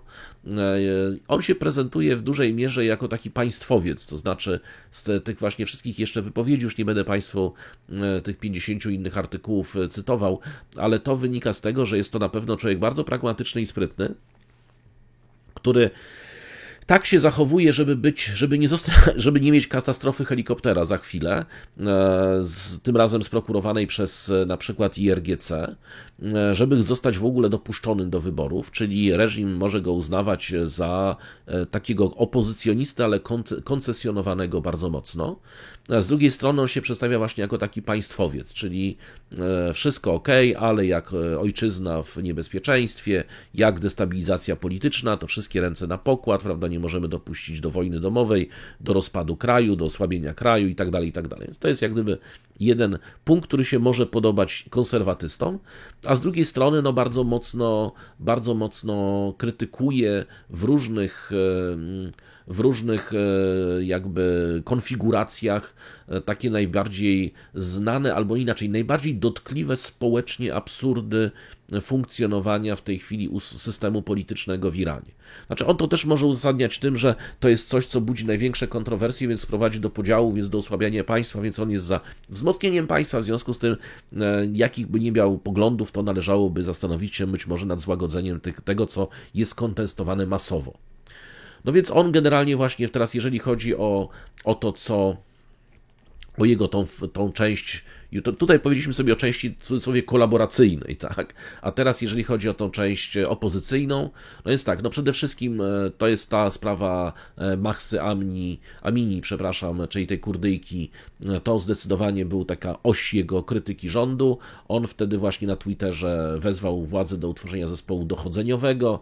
W niedawnej kampanii wyborczej skrytykował egzekwowanie przepisów dotyczących hijabów. Powiedział, sprzeciwiamy się wszelkim brutalnym i nieludzkim zachowaniom wobec kogokolwiek, zwłaszcza naszych sióstr i córek, i nie pozwolimy, żeby takie działania miały miejsce. Zapowiedział także złagodzenie ograniczeń dotyczących w ogóle cenzury w internecie oraz, uwaga, włączenia mniejszości etnicznych do swojego rządu.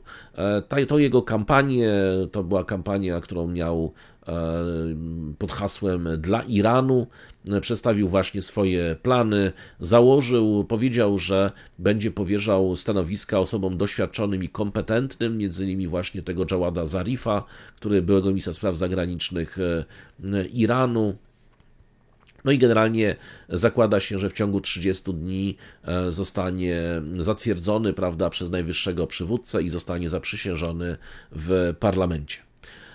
Więc no, oczywiście już są liczne gratulacje dla niego, między innymi no właśnie Xi, Putin, ale nie tylko, na przykład Alijew, prawda, z Azerbejdżanu natychmiast złożył mu gratulacje i tak dalej, więc to jest ciekawy czas, tak? Znaczy, z jednej strony na pewno nie możemy się spodziewać jakiegoś wielkiego otwarcia na Zachód, z drugiej strony możemy oczekiwać prawdopodobnie złagodzenia różnego rodzaju tych działań najbardziej niepopularnych wśród społeczeństwa irańskiego, a konserwatyści zawsze mają ten właśnie piorunochron w postaci Pezeszkiana, przepraszam, już Paszyniana, jeszcze mylę, Pezeszkiana oczywiście.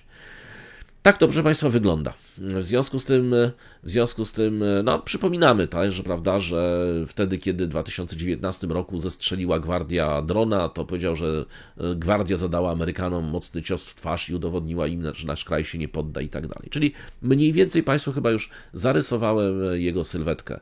Czyli z jednej strony opozycjonista, trochę na pewno koncesjonowany, co do tego nie ma wątpliwości, a być może prawdziwy, który się tak naprawdę bardzo sprytnie maskuje. Z drugiej strony osoba na pewno taki wielki propaństwowiec, tak? Czyli on będzie zwalczał wszystko to, co w jego mniemaniu osłabia potęgę Iranu, w tym różne absurdy wewnętrzne wprowadzone przez konserwatystów i w tym być może również absurdy w polityce międzynarodowej, które zostały wprowadzone przez konserwatystów, ale nie dlatego, że konserwatystów nie lubi, prawda, czy jest mniej dżihadystyczno-islamistyczny niż oni, tylko dlatego, że uważa po prostu, że wszystko to działa na szkodę Iranu, a nie na jego pożytek. Więc to mniej więcej chyba w tym kierunku będzie zmierzało. No to oczywiście zobaczymy za chwilę. Po pierwsze, najpierw czy dożyje do inauguracji i co będzie się działo dalej. Dobrze, proszę Państwa, mamy kolejny temat. Dzisiejszy odcinek nie będzie krótki, bo się strasznie dużo rzeczy działo w międzyczasie. Otóż w Wielkiej Brytanii po wyborach mamy już pierwsze zmiany. Najważniejsza rzecz to oczywiście koniec projektu Rwanda. Otóż nowo wybrany premier Wielkiej Brytanii, Keir Starmer, powiedział w sobotę, że porzuca kontrowersyjną politykę poprzedniego rządu, nakazującą deportację osób ubiegających się o azyl do Rwandy. Chociaż moim zdaniem piękny pomysł. Oświadczenie nadeszło po tym, jak obiecał zrealizowanie właśnie mandatów wyborczych dotyczących zmian, chociaż ostrzegł, że nie wszystko nastąpi szybko. Powiedział, projekt Rwandy został pogrzebany, zanim się rozpoczął. Powiedział również to właśnie na pierwszej konferencji prasowej, to nigdy nie działało odstraszająco, a wręcz odwrotnie. Czyli widocznie ludzie stwierdzili, no dobra, jeszcze przesiedlenie się nie dość, że popłynął, prawda, przez ten kanał La Manche, to jeszcze dotarł ma Wielką Brytanię i Rwandę po drodze, prawda, w cenie jednej wycieczki. Ci przemytnicy powinni podnieść stawki w związku z tym, że zwiedzanie dwóch krajów. Więc krótko mówiąc, to właśnie powiedział, że nie może doczekać się zmian i była właśnie sesja pytań i odpowiedzi. Powiedział, mamy mnóstwo pracy do wykonania, więc zabieramy się do pracy. Będzie rekordowa liczba kobiet, 11 z 25 ministrów. Prawie wszyscy uczęszczali do szkół publicznych, co jest znowu rekordem, bo konserwatyści wszyscy pochodzili ze szkół prywatnych.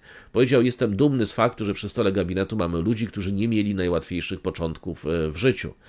Wśród problemów, z którymi musi się uporać, należy pobudzenie spowolnionej gospodarki, naprawa systemu opieki zdrowotnej, przywrócenie zaufania do rządu. Powiedział jeden z komentatorów: to, że Partia Pracy wygrała w tak wielkim stopniu, nie oznacza, że problemy, przed którymi stanął rząd konserwatystów, nagle zniknęły.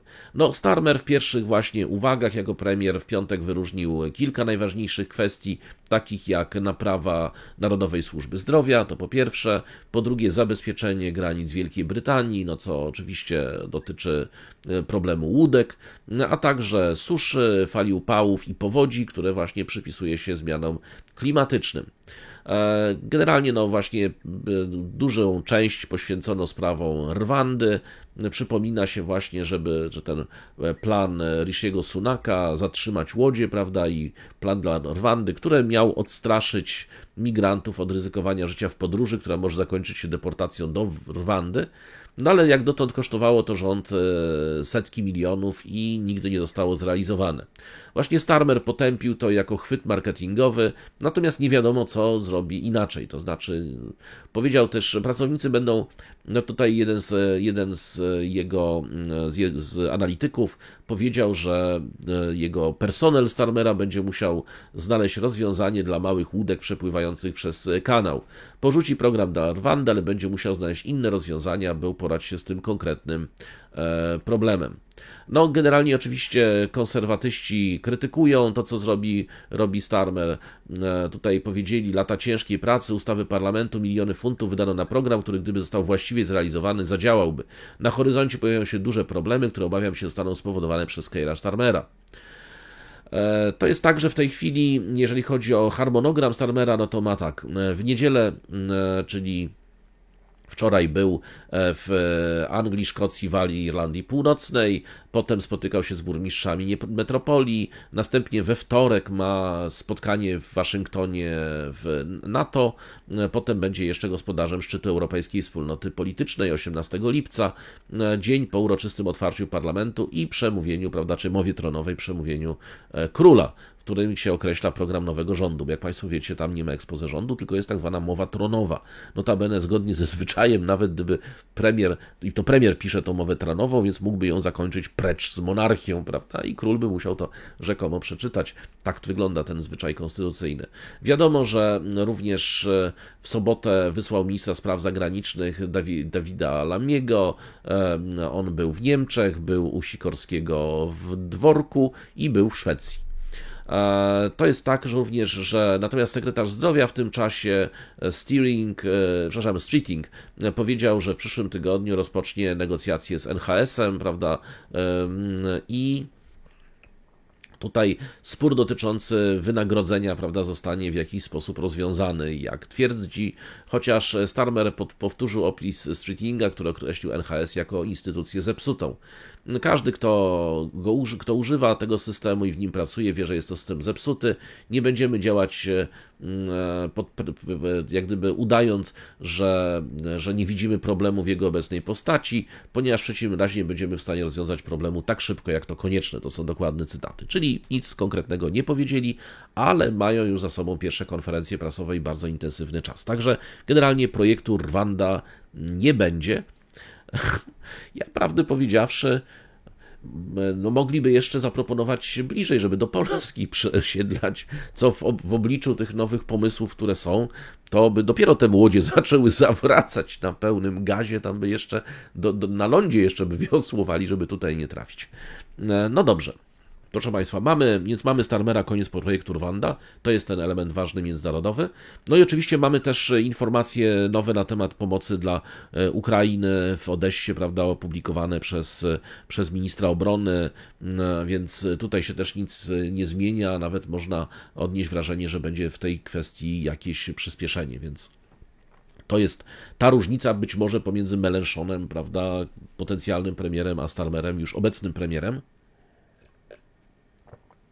Ale też warto odnotować pewną tendencję, że wydawało się, że skrajna prawica będzie zdobywała coraz więcej głosów, a tu się okazuje, że lewica jednak wygrywa i w Wielkiej Brytanii, i teraz jak się okazuje we Francji, także jest to jednak spore zaskoczenie. Dobrze, proszę Państwa, mamy Kolejny temat, bo mamy mało czasu, a dużo jeszcze tych tematów zostało. Mamy 9, jesteśmy dopiero przy 4. Otóż Erdogan zaprasza Asada. Turcja przygotowała zaproszenie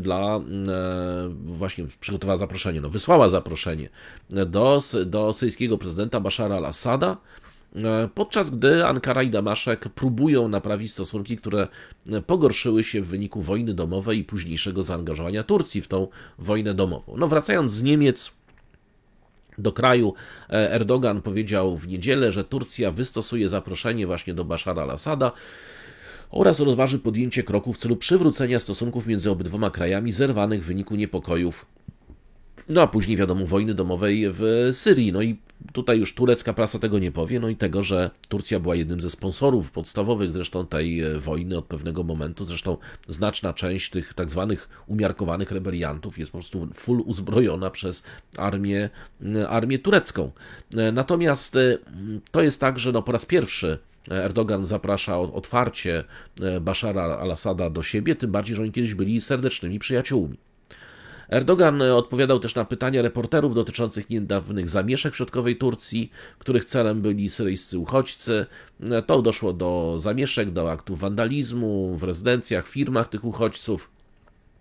To oczywiście wzbudza podejrzenie, że zamieszki te mogły być właśnie jakimś elementem szerszej prowokacji. One się przeniosły też na kilka tureckich miast. No, Erdogan generalnie wcześniej zarzucał tą trującą retorykę opozycji, właśnie podsycanie nastrojów antyuchodźczych i powiedział, że zapewni że niezbędne reakcje na takie zamieszki.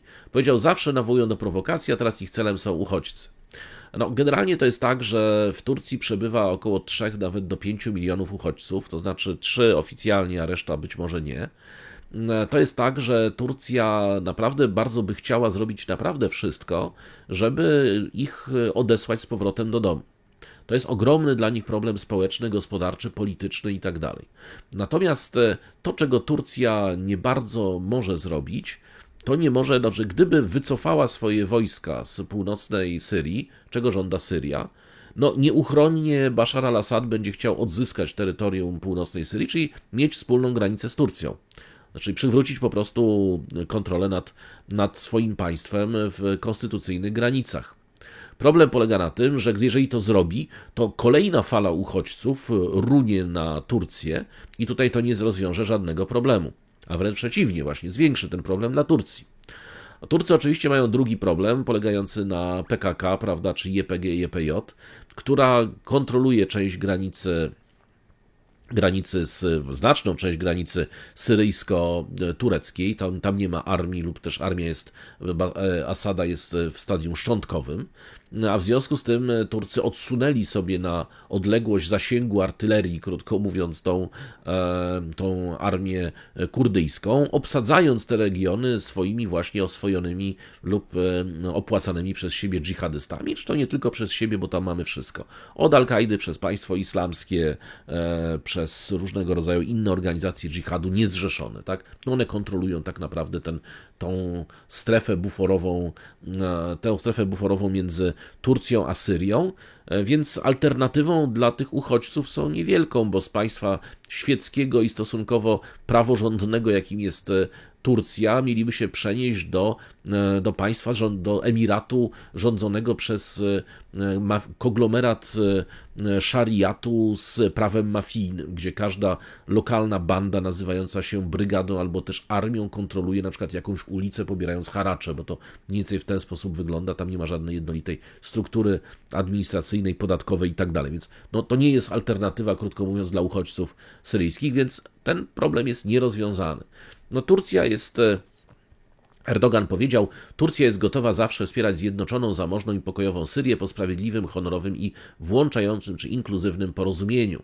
Jesteśmy obecnie w punkcie, w którym gdy Bashar Assad podejmie krok w celu przywrócenia stosunków z Turcją, zaprezentujemy takie same podejście. W przeszłości nie byliśmy przeciwnikami, nasze rodziny widywały się. No przypomniano, prawda, że między innymi Assad zabrał rodzinę na wakacje do Turcji, prawda, w 2000 roku. Znowu Erdogan i jego rodzina byli tam chyba na wakacjach, czy spotykali się w 2008 roku i tak dalej, no ale oczywiście potem była wojna domowa. No ale trzeba też pamiętać, że w tej chwili w Riyadzie w 2023 roku gdzieś tam byli przynajmniej na tej samej sesji zdjęciowej. Erdogan powiedział: przesuniemy nasze zaproszenie i zgodnie z wolą Bożą chcemy poprzez to zaproszenie przywrócić stosunki turecko-syryjskie do tego samego poziomu co w przeszłości. Może to nastąpić w dowolnym momencie. Powiedział też, że Erdogan, że Putin, bliski sojusznik Asada, z którym Erdogan spotkał się ostatnio na szczycie SCO w Kazachstanie, powiedział mu, że spotkanie mogłoby się odbyć w Turcji. Wszędzie mówimy o mediacji, negocjacjach. Dlaczego nie możemy tego zrobić z naszym sąsiadem? Powiedział Erdogan i powiedział, że jego wysiłki stanowią integralną część polityki zagranicznej tureckiej. Tak? No więc zresztą przypomniano również, że ostatnio również dochodzi do normalizacji turecko-egipskiej, także tak naprawdę ostatnim krajem, z którym Turcja ma nieznormalizowane stosunki, zresztą to jest właśnie Syria. No że Syria jest kluczowa, jak gdyby ta normalizacja stosunków i pokój w Syrii tak naprawdę jest kluczowy również dla pokoju i spokoju wewnętrznego Turcji. Zresztą, proszę Państwa, to jeszcze na marginesie powiem Państwu jeszcze jedną rzecz. Na przykład to jest przyczyną, dla której cały czas Turcja nie ma możliwości na porozumienie, w tym na ruch bezwizowy, swobodny z Unią Europejską. Dlaczego? No właśnie dlatego, bo Erdogan powiedział, że wszystkim Syryjczykom da tureckie paszporty. Co oznacza, że te 3 miliony Syryjczyków przyjadą jako Turcy do Niemiec i tam już zostaną, krótko mówiąc. I to oczywiście Niemcy o tym wiedzą, więc stąd jest ten dodatkowy problem. Turcja się pozbędzie problemu, a dla nich to już naprawdę ten problem jest, jakby potrafimy zrozumieć, że goszczenie dużej liczby uchodźców bądź innych uchodźców może być dla jakiegoś kraju problemem politycznym, społecznym, gospodarczym w dłuższym okresie czasu. Nawet dla tak tolerancyjnych ludzi, jakimi byli dla tych uchodźców Turcy. Jak widzimy właśnie po tych zamieszkach i po zresztą samej kampanii prezydenckiej, która przecież toczyła się, ten osiąd kampanii była sprawa migracji. Dobrze, proszę Państwa, kończymy teraz z Turcją i Asadem. Zostało wystosowane zaproszenie, zobaczymy reakcję strony syryjskiej. Jeszcze o tej porze, kiedy to nagrywam, jeszcze tej reakcji oficjalnej nie było. Mamy natomiast kolejny temat, to jest fiasko rozmów w Jemenie. Otóż temu tak zwanemu uznanemu rządowi Jemenu, będę tak używał nazwy rząd Jemenu, i Huti nie udało się osiągnąć porozumienia w sprawie wymiany więźniów, co tak naprawdę jest dużym zawodem dla dziesiątek tysięcy ludzi w samym Jemenie. W sobotni wieczór przedstawiciele obu stron oświadczyli, że negocjacje, które się odbywały w Maskacie, za pośrednictwem Organizacji Narodów Zjednoczonych zakończyły się bez osiągnięcia porozumienia. Wysłannik ONZ do Jemenu Hans Grundberg ogłosił zakończenie dialogu w Maskacie, twierdząc, że w rozmowach nastąpił znaczący przełom, gdzie m.in. rząd Jemenu i Huti zgodzili się na uwolnienie wybitnego polityka Muhammeda Kahtana, co jest punktem spornym między obiema stronami. Rząd i milicja zgodziły się spotkać ponownie, i Huti, aby zatwierdzić nazwiska zatrzymanych, którzy mają zostać zwolnieni. Grundberg powiedział, tysiące Jemeńczyków czeka na ponowne połączenie z bliskimi, pomimo pozytywnego postępu należy zrobić znacznie więcej, szybciej, żeby zapewnić pomoc cierpiącym rodzinom. Generalnie rzecznik delegacji rządowej oskarżył Huti o próbę wykolejenia rozmów, ale mówił też o pewnych przełomach w kwestiach dotyczących jeńców wojennych i osób zaginionych. Dodał też, że zgodził się z Huti na powrót na dodatkową rundę rozmów za 2 miesiące. Generalnie to jest tak, że w zeszłym tygodniu rząd Jemenu i Grundberg wyrazili pewność co do postępów, po tym jak Huti właśnie zgodzili się na wymianę Kahtana za 50 swoich więźniów, usuwając jak gdyby kluczową przeszkodę w dyskusjach. To jest tak, że mamy też właśnie informację, że ostatnia runda sponsorowanej przez ONZ negocjacji między rządem Jemenu a Huti rozpoczęła się w ubiegłą niedzielę z nadzieją dużą na osiągnięcie nowego porozumienia. Generalnie to jest tak, że jeszcze doszło do informacji, że pojawiła się informacja w czasie tych negocjacji. Rząd Jemenu oskarżył Huti o napaść na dom Ahmeda Galeba, gubernatora Banku Centralnego Jemenu w Adenie. splądrowano jego dom i według oficjalnej agencji prasowej uzbrojeni Huti wtargnęli do rezydencji Galeba w Sanie, usunęli osoby znajdujące się w środku, najwyraźniej w odpowiedzi na niedawne działania gubernatora przeciwko instytucjom bankowym Sany. Galeb nałożył niedawno sankcje na wiele banków za odmowę przeniesienia swoich biur z kontrolowanej przez Huti Sany do kontrolowanego przez rząd, przynajmniej formalnie, bo tam są te komitety południa, no ale o Adenu, tak, czyli z północy na południe. I nakazał również usunięcie banknotów wydrukowanych przez 2016 roku, używanych na terytorium Huti. No, od czasu przejęcia władzy w Jemenie ponad 10 lat temu Huti przejęli domy i inne aktywa setek jemeńskich polityków, dziennikarzy, obrońców praw człowieka, personelu wojskowego, bezpieczeństwa, generalnie wszystkich tych, którzy kwestionują ich politykę. No to jest, w każdym razie to jest tak, że co więcej setki jemeńskich pielgrzymów zostało jeszcze ostatnio uwięzionych w Arabii Saudyjskiej, kiedy to Huti przejęli na lotnisku w Sanie 3 samoloty Jemenia i uniemożliwili im lot do Arabii Saudyjskiej w celu sprowadzenia do kraju pielgrzymów. Urzędnik rządu Jemenu powiedział, że do prasie, że spór z Huti w sprawie przejęcia samolotów Jemenia nie zakończył się i że Huti po raz kolejny zajęli kolejny samolot Jemenia, którym podróżowali pielgrzymi i odmówili wszelkiej mediacji w sprawie uwolnienia samolotu. Huti natomiast twierdzą, że będą administrować liniami Yemenia Airways, naprawiać samoloty i reorganizować loty z jemeńskich lotnisk, w tym także tych kontrolowanych przez rząd. No, rząd Jemenu oskarżył Huti o porwanie samolotów i pogłębianie agonii Jemeńczyków, którzy nie mogą podróżować w wyniku przejęć samolotów i tak dalej. Tak? Czyli widzicie Państwo, że tutaj nie są potrzebne wcale siły zewnętrzne. Jemeńczycy znakomicie radzą sobie z wojną domową. Wojna domowa jest generalnie jakby stanem stałym. Proszę Państwa, i mamy temat kolejny. Temat kolejny jest to rurociąg Turkmenistan, Iran, Irak. Otóż, proszę Państwa, mamy nowe porozumienie, które zostało ogłoszone właśnie przed chwilą, przewidujące, że Turkmenistan i Iran będą dostarczać gaz do Iraku przez terytorium Iranu, irańskim rurociągiem. Nowy gazociąg, który ma długość 120 km, zbudują irańskie firmy i umożliwi Turkmenistanowi przesyłanie przez Iran dodatkowych 10 milionów metrów sześciennych gazu do Iraku. Ciekawe, prawda? Ministerstwo Spraw Zagranicznych z Turkmenistanu ogłosiło nową umowę, która znacząco ma zwiększyć dostawy gazu ziemnego z Turkmenistanu do Iraku. To jest tak, że w zeszłym roku Irak stanął w obliczu znacznych niedoborów gazu ziemnego z powodu zakłóceń w irańskich dostawach, które stanowiły około 40% całego irackiego importu. W oświadczeniu wskazano, że Turkmenistan planuje zwiększyć dostawy gazu do samego Iranu do 40 milionów metrów sześciennych ze względu na wyraźny wzrost możliwości eksportowych.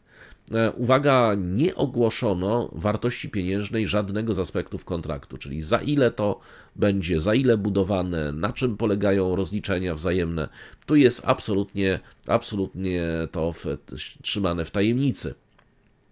Generalnie przypomina się, że Turkmenistan posiada 4. co do wielkości zasoby gazu ziemnego na świecie, ale wypada poza pierwszą dziesiątkę pod względem wydobycia ze względu na brak infrastruktury, a przede wszystkim możliwości technicznych sprzedaży. Także tutaj mamy bardzo dużą ciekawostkę. Proszę zobaczyć, Iran, który jest był eksporterem do Iraku, nie eksportuje, natomiast przez Iran do Iraku, który przecież też wydawałoby się, że jest wielkim producentem węglowodorów, ale importuje gaz, będzie importowany gaz z Turkmenistanu. Tak? Dobrze, proszę Państwa, mamy teraz temat kolejny. Przenosimy się, to już 7. Tym razem przenosimy się do państwa położonego w Palestynie. Otóż, jak Państwo być może wiecie, po tym, kiedy... W skrócie powiem, o co chodzi. To jest ważny temat, ponieważ w ciągu weekendu, jak Państwo być może wiecie, Humus zgodził się złagodzić swoje stanowisko dotyczące niektórych zapisów tego dealu o zakładnikach. I jak już się zgodził, to Yahu Natan wtedy wprowadził kolejne warunki, które znowu mają odłożyć możliwość zawarcia porozumienia. Przypomnijmy, że Yahu Natan zapowiedział, że generalnie celem jego jest podstawowym, zresztą zaraz o tym powiemy, bo on nakreślił 5 podstawowych czerwonych linii, że jego celem jest m.in. likwidacja humusu, a z drugiej strony ogłoszono, że wojna z humusem może potrwać jeszcze co najmniej 5 lat.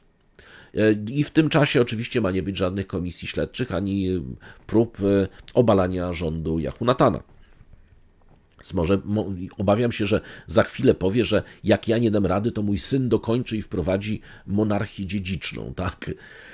No ale dobrze, w każdym razie już przejdźmy do faktów. Jehonatan przedstawia czerwone linie dotyczące porozumienia w sprawie przetrzymywania zakładników. Co więcej, one się pojawiają właśnie przed krytycznym szczytem w środę w Dusze, prawda, czyli w Doha w Katarze, którym to rozmową będzie przewodniczył dyrektor CIA, czyli William Burns.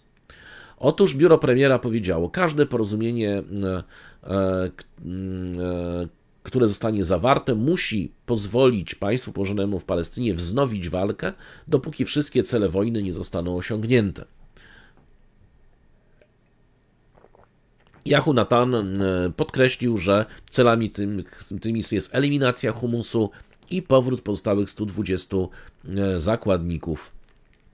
Jego biuro powtórzyło ten główny punkt oraz 4 inne jako te warunki zawarcia porozumienia, tak? Czyli to są kolejne. W tym samym czasie Katar i Egipt razem z Stanami Zjednoczonymi przełamały miesięczny impas w negocjacjach, prawda? Więc to jest także mnożenie tych warunków, pokazuje jakby intencje Jehonatana. To jest tak, że Jehonatan właśnie w oświadczeniu biura premiera w dalszym ciągu nalega na zasady, które zostały już uzgodnione. To jest tak, że państwo położone w Palestynie będzie stanowczo opowiadało się za rozmowami w kwestii takimi, że po pierwsze nie będzie przemytu broni do humusu z Egiptu, czyli że to jest ta druga czerwona linia, czyli całkowite pokonanie humusu, albo inaczej, nie zgodzą się na żaden zapis, który by kończył wojnę, dopóki nie zniszczą humusu. To jest pierwsza czerwona linia. Druga czerwona linia, że nie będzie przemytu broni do humusu z Egiptu przez granicę z Gazą, czyli krótko mówiąc będą kontrolowali granicę Egiptu z Gazą, w tym cały ten tak zwany korytarz filadelfijski. To jest notabene coś, przeciwko czemu protestował Egipt, ale jak widać, jak już zajęli, to przestał protestować, tak? Czyli protestował dość piskliwie. Trzecia czerwona linia mówi, nie będzie powrotu tysięcy uzbrojonych terrorystów do północnej strefy Gazy, czyli to jest kolejna kwestia, tam przypomnijmy, że w planie amerykańskim miało być tak, że po zakończeniu działań wojennych, czy w czasie tego rozejmu ludzie mieli móc powrócić na północ strefy. No więc jak rozumiemy, dzięki temu nie, no bo zresztą jakich tysięcy uzbrojonych terrorystów, jeżeli tam ich zostało tylko ze 300 rzekomo i już ta wojna jest wygrana. Po czwarte, Jehonatan powiedział, państwo położone w Palestynie zmaksymalizuje liczby żywych zakładników, którzy zostaną uwolnieni z niewoli Hamasu. Jak ta maksymalizacja ma wyglądać, nikt nie wie, prawdopodobnie przez intensywne bombardowania. Czyli później, no nie wiem, proszę Państwa, znaczy te komunikaty są tak karykaturalne, tak bezczelnie propagandowe, że nawet trudno z nimi dyskutować. Jak to zmaksymalizuje? Znaczy co, dobierze z Palestyńczyków, tak? Jak im się nie uda żywych Rzymian odzyskać, no bo te bombardowanie każdy przecież zmniejsza szansę, że tam ktokolwiek żywy pozostanie, to w jaki sposób to zmaksymalizuje? Na czym ma polegać maksymalizacja liczby żywych zakładników? Potem na koniec właśnie kancelaria Jehonatana odniosła się do tego triotypowego porozumienia w sprawie zakładników przedstawionego przez Bidena i potwierdziła zaangażowanie w jego realizację, ale przedstawiła swoje zrozumienie porozumienia.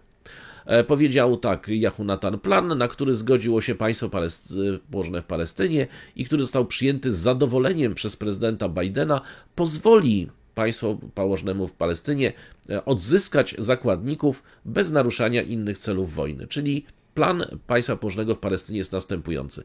Oddacie nam zakładników, a my was będziemy dalej bombardować i nie będziemy kończyć wojny. I na tym ma polegać zakończenie wojny. W związku z tym, jeżeli taki jest, i za chwileczkę usłyszymy, że Humus z jakiegoś powodu nie chce się na to zgodzić. Co więcej, żebyście też Państwo wiedzieli, jest tak, że w tym samym czasie kancelaria premiera odrzuciła krytykę dotyczącą swojej kampanii wojskowej w Rafah, twierdząc, że niezłomne stanowisko Jehonatana przeciwko próbom wstrzymania działań IDF w Rafah skłoniło Humus do rozpoczęcia negocjacji. Generalnie rozmowy w sprawie trwałego zawieszenia broni, znaczy jak ma wyglądać niby to porozumienie, no ale ja nie wiem właściwie dlaczego jest przywoływane, jeżeli ono już poszło do kosza w takiej sytuacji. No ale to jest tak, że ma być początkowa 6-tygodniowa faza, podczas której nastąpi uspokojenie walk i uwolnienie zakładników humanitarnych. Liczba osób, które mają być uwolnione, to jest od 18 do 33. Prawdopodobnie tylko tylu żyje, to już tak na marginesie. Potem rozmowy w sprawie trwałego zawieszenia broni rozpoczną się 16 dnia pierwszego etapu, czyli tych pierwszych 6 tygodni, przy czym uwaga, Humus zrezygnował z warunku, że mają się w ogóle wycofać wojska humanistyczne w tym czasie ze strefy. To jest tam jego rzekome ustępstwo. To jest tak, że Humus próbował dodać do porozumienia sformułowanie, zgodnie z którym rozmowy będą kontynuowane po upływie 6 tygodni do osiągnięcia porozumienia. Natomiast humaniści obawiają się, że mogłoby to doprowadzić do takiej sytuacji, w której byłoby trwałe zawieszenie broni bez uwolnienia zakładników, tak? I usunięcia humusu z Gazy. Tutaj jest jeszcze tak, że 2 urzędników Humusu powiedziało, że przesłało swoje poprawki do porozumienia, no i teraz czeka na wiadomość z państwa położonego w Palestynie, więc już mamy stanowisko kancelarii premiera. Tutaj jest jeszcze tak, że jeśli chodzi o północ natomiast, to Hezbollah powiedział, że zaprzestanie wojny transgranicznej z państwem położonym w Palestynie, jeśli zostanie osiągnięte zawieszenie broni w Gazie. Ale minister obrony Yoav Gallant powiedział, że dyplomatyczne rozwiązanie relacji z Hezbollahem w ogóle jest niezależne od kwestii zawieszenia broni w Gazie. Powiedział, że to są odrębne 2 dziedziny. Nawet jeśli osiągniemy porozumienie w sprawie układu z zakładnikami, to nie wiąże nas to w kwestii tego, co się tutaj stanie, chyba że Hezbollah osiągnie jakieś z nami inne porozumienie. Nawet jeśli tam na południu nastąpi zawieszenie broni, to tutaj na północy będziemy kontynuować walkę i zrobimy wszystko, co konieczne, żeby osiągnąć pożądany rezultat. Czyli krótko mówiąc, mamy też zapowiedź państwa położonego w Palestynie, że nawet jeżeli się będzie zawieszenie broni w Gazie, to i tak zaatakuje Liban, tak? Bo to tak trzeba to czytać. No, generalnie Yair Lapid, prawda, lider opozycji, zaatakował Yahu Natana za niepotrzebne wyznaczanie kolejnych czerwonych linii.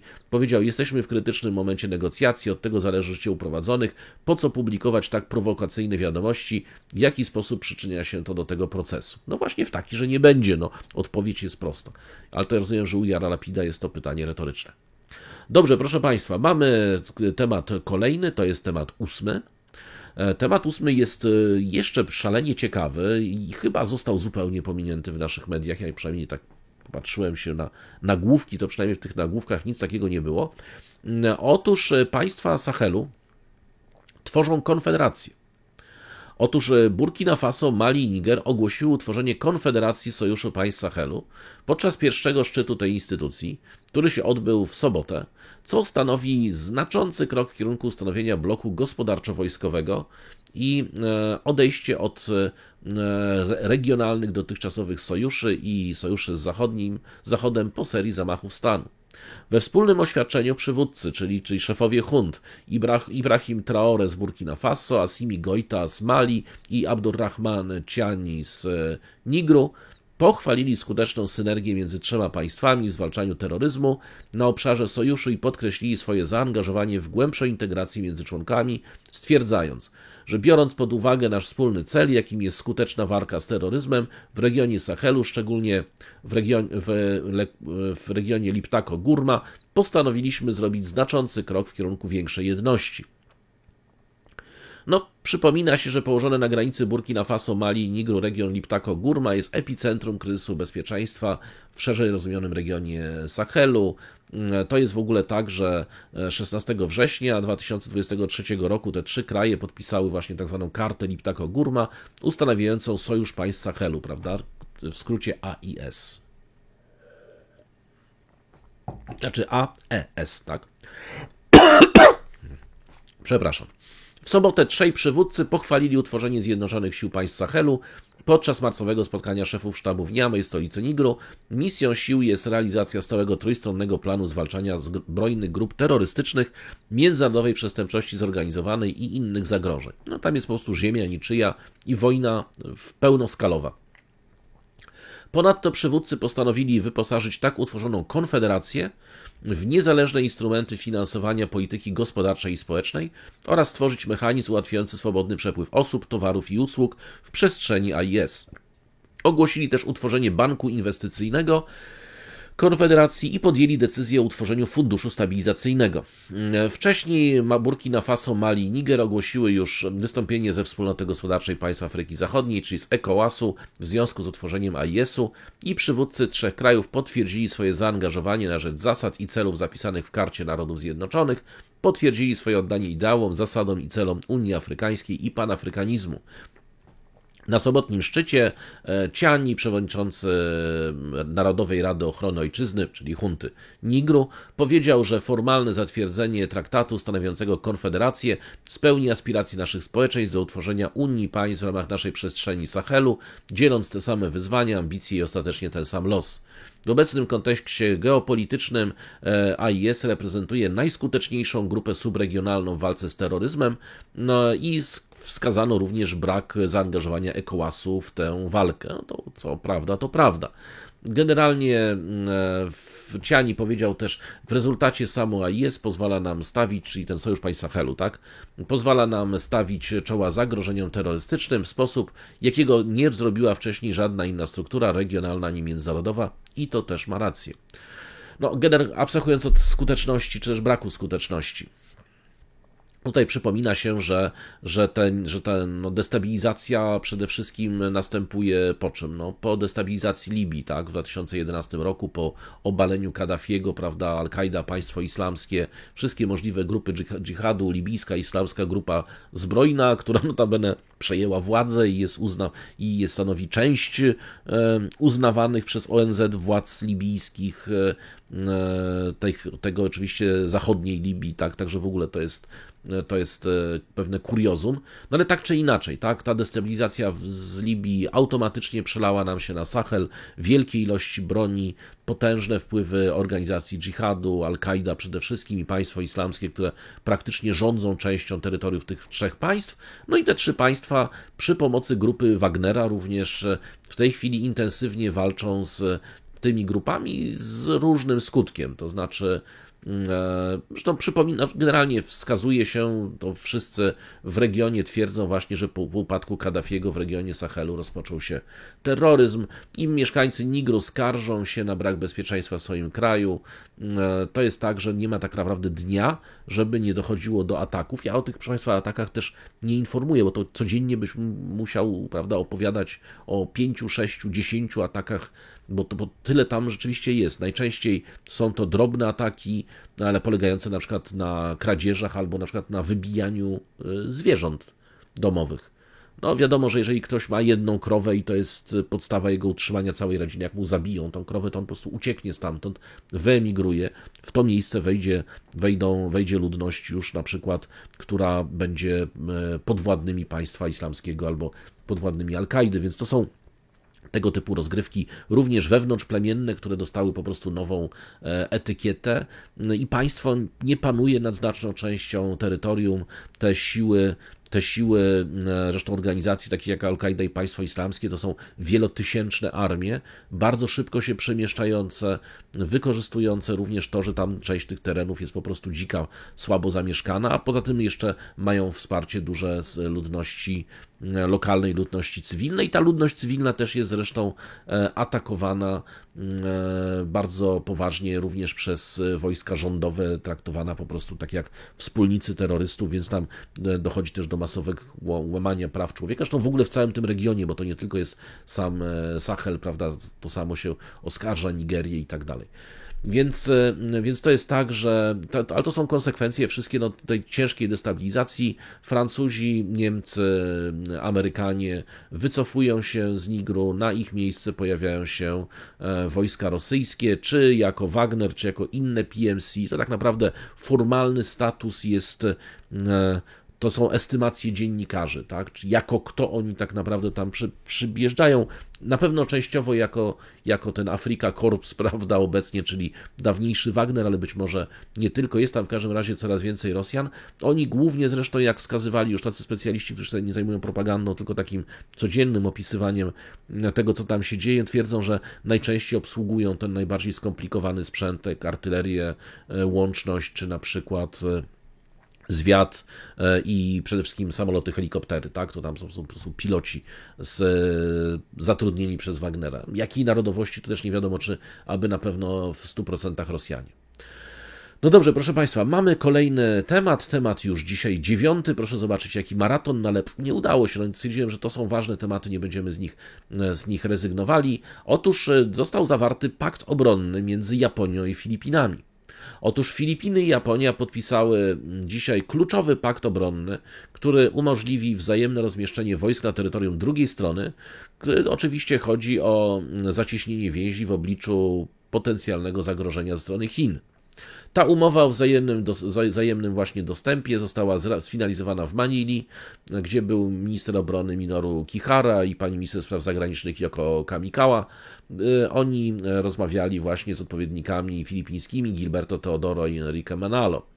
Porozumienie, które notabene zaczęło być jeszcze negocjowane w listopadzie, zapewnia Japonii i Filipinom ramy umożliwiające wzajemne wysyłanie wojsk na terytorium drugiej strony w celu szkolenia oraz innych operacji. To zresztą porozumienie zostało podpisane w Pałacu Prezydenckim.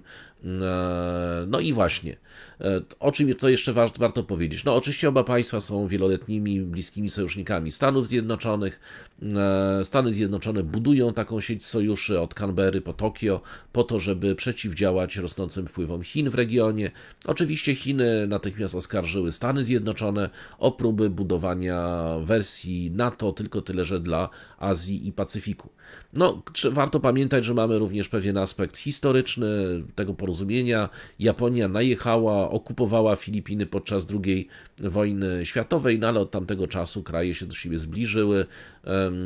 Handel, inwestycje, prawda, oraz no przede wszystkim zagrożenie ze strony Chin. No, dla Filipin to jest zagrożenie realne. Oni tam mają tych incydenty na morzu zdarzają się praktycznie co drugi dzień, tak? Również Japonia jest kluczowym dostawcą sprzętu wojskowego służącego dla ochrony Filipin, w tym na przykład okrętów patrolowych dla Straży Przybrzeżnej, radarów, nadzoru itd.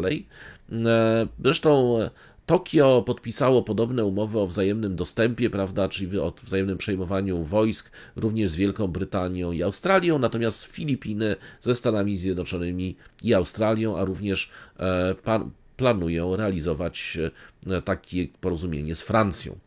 Także mamy tutaj 9. temat i już temat na dzisiaj ostatni. Oczywiście tematów byłoby więcej, ale już odpuszczę Państwu, godzina 40 coś minut, to już jest wystarczająco długo.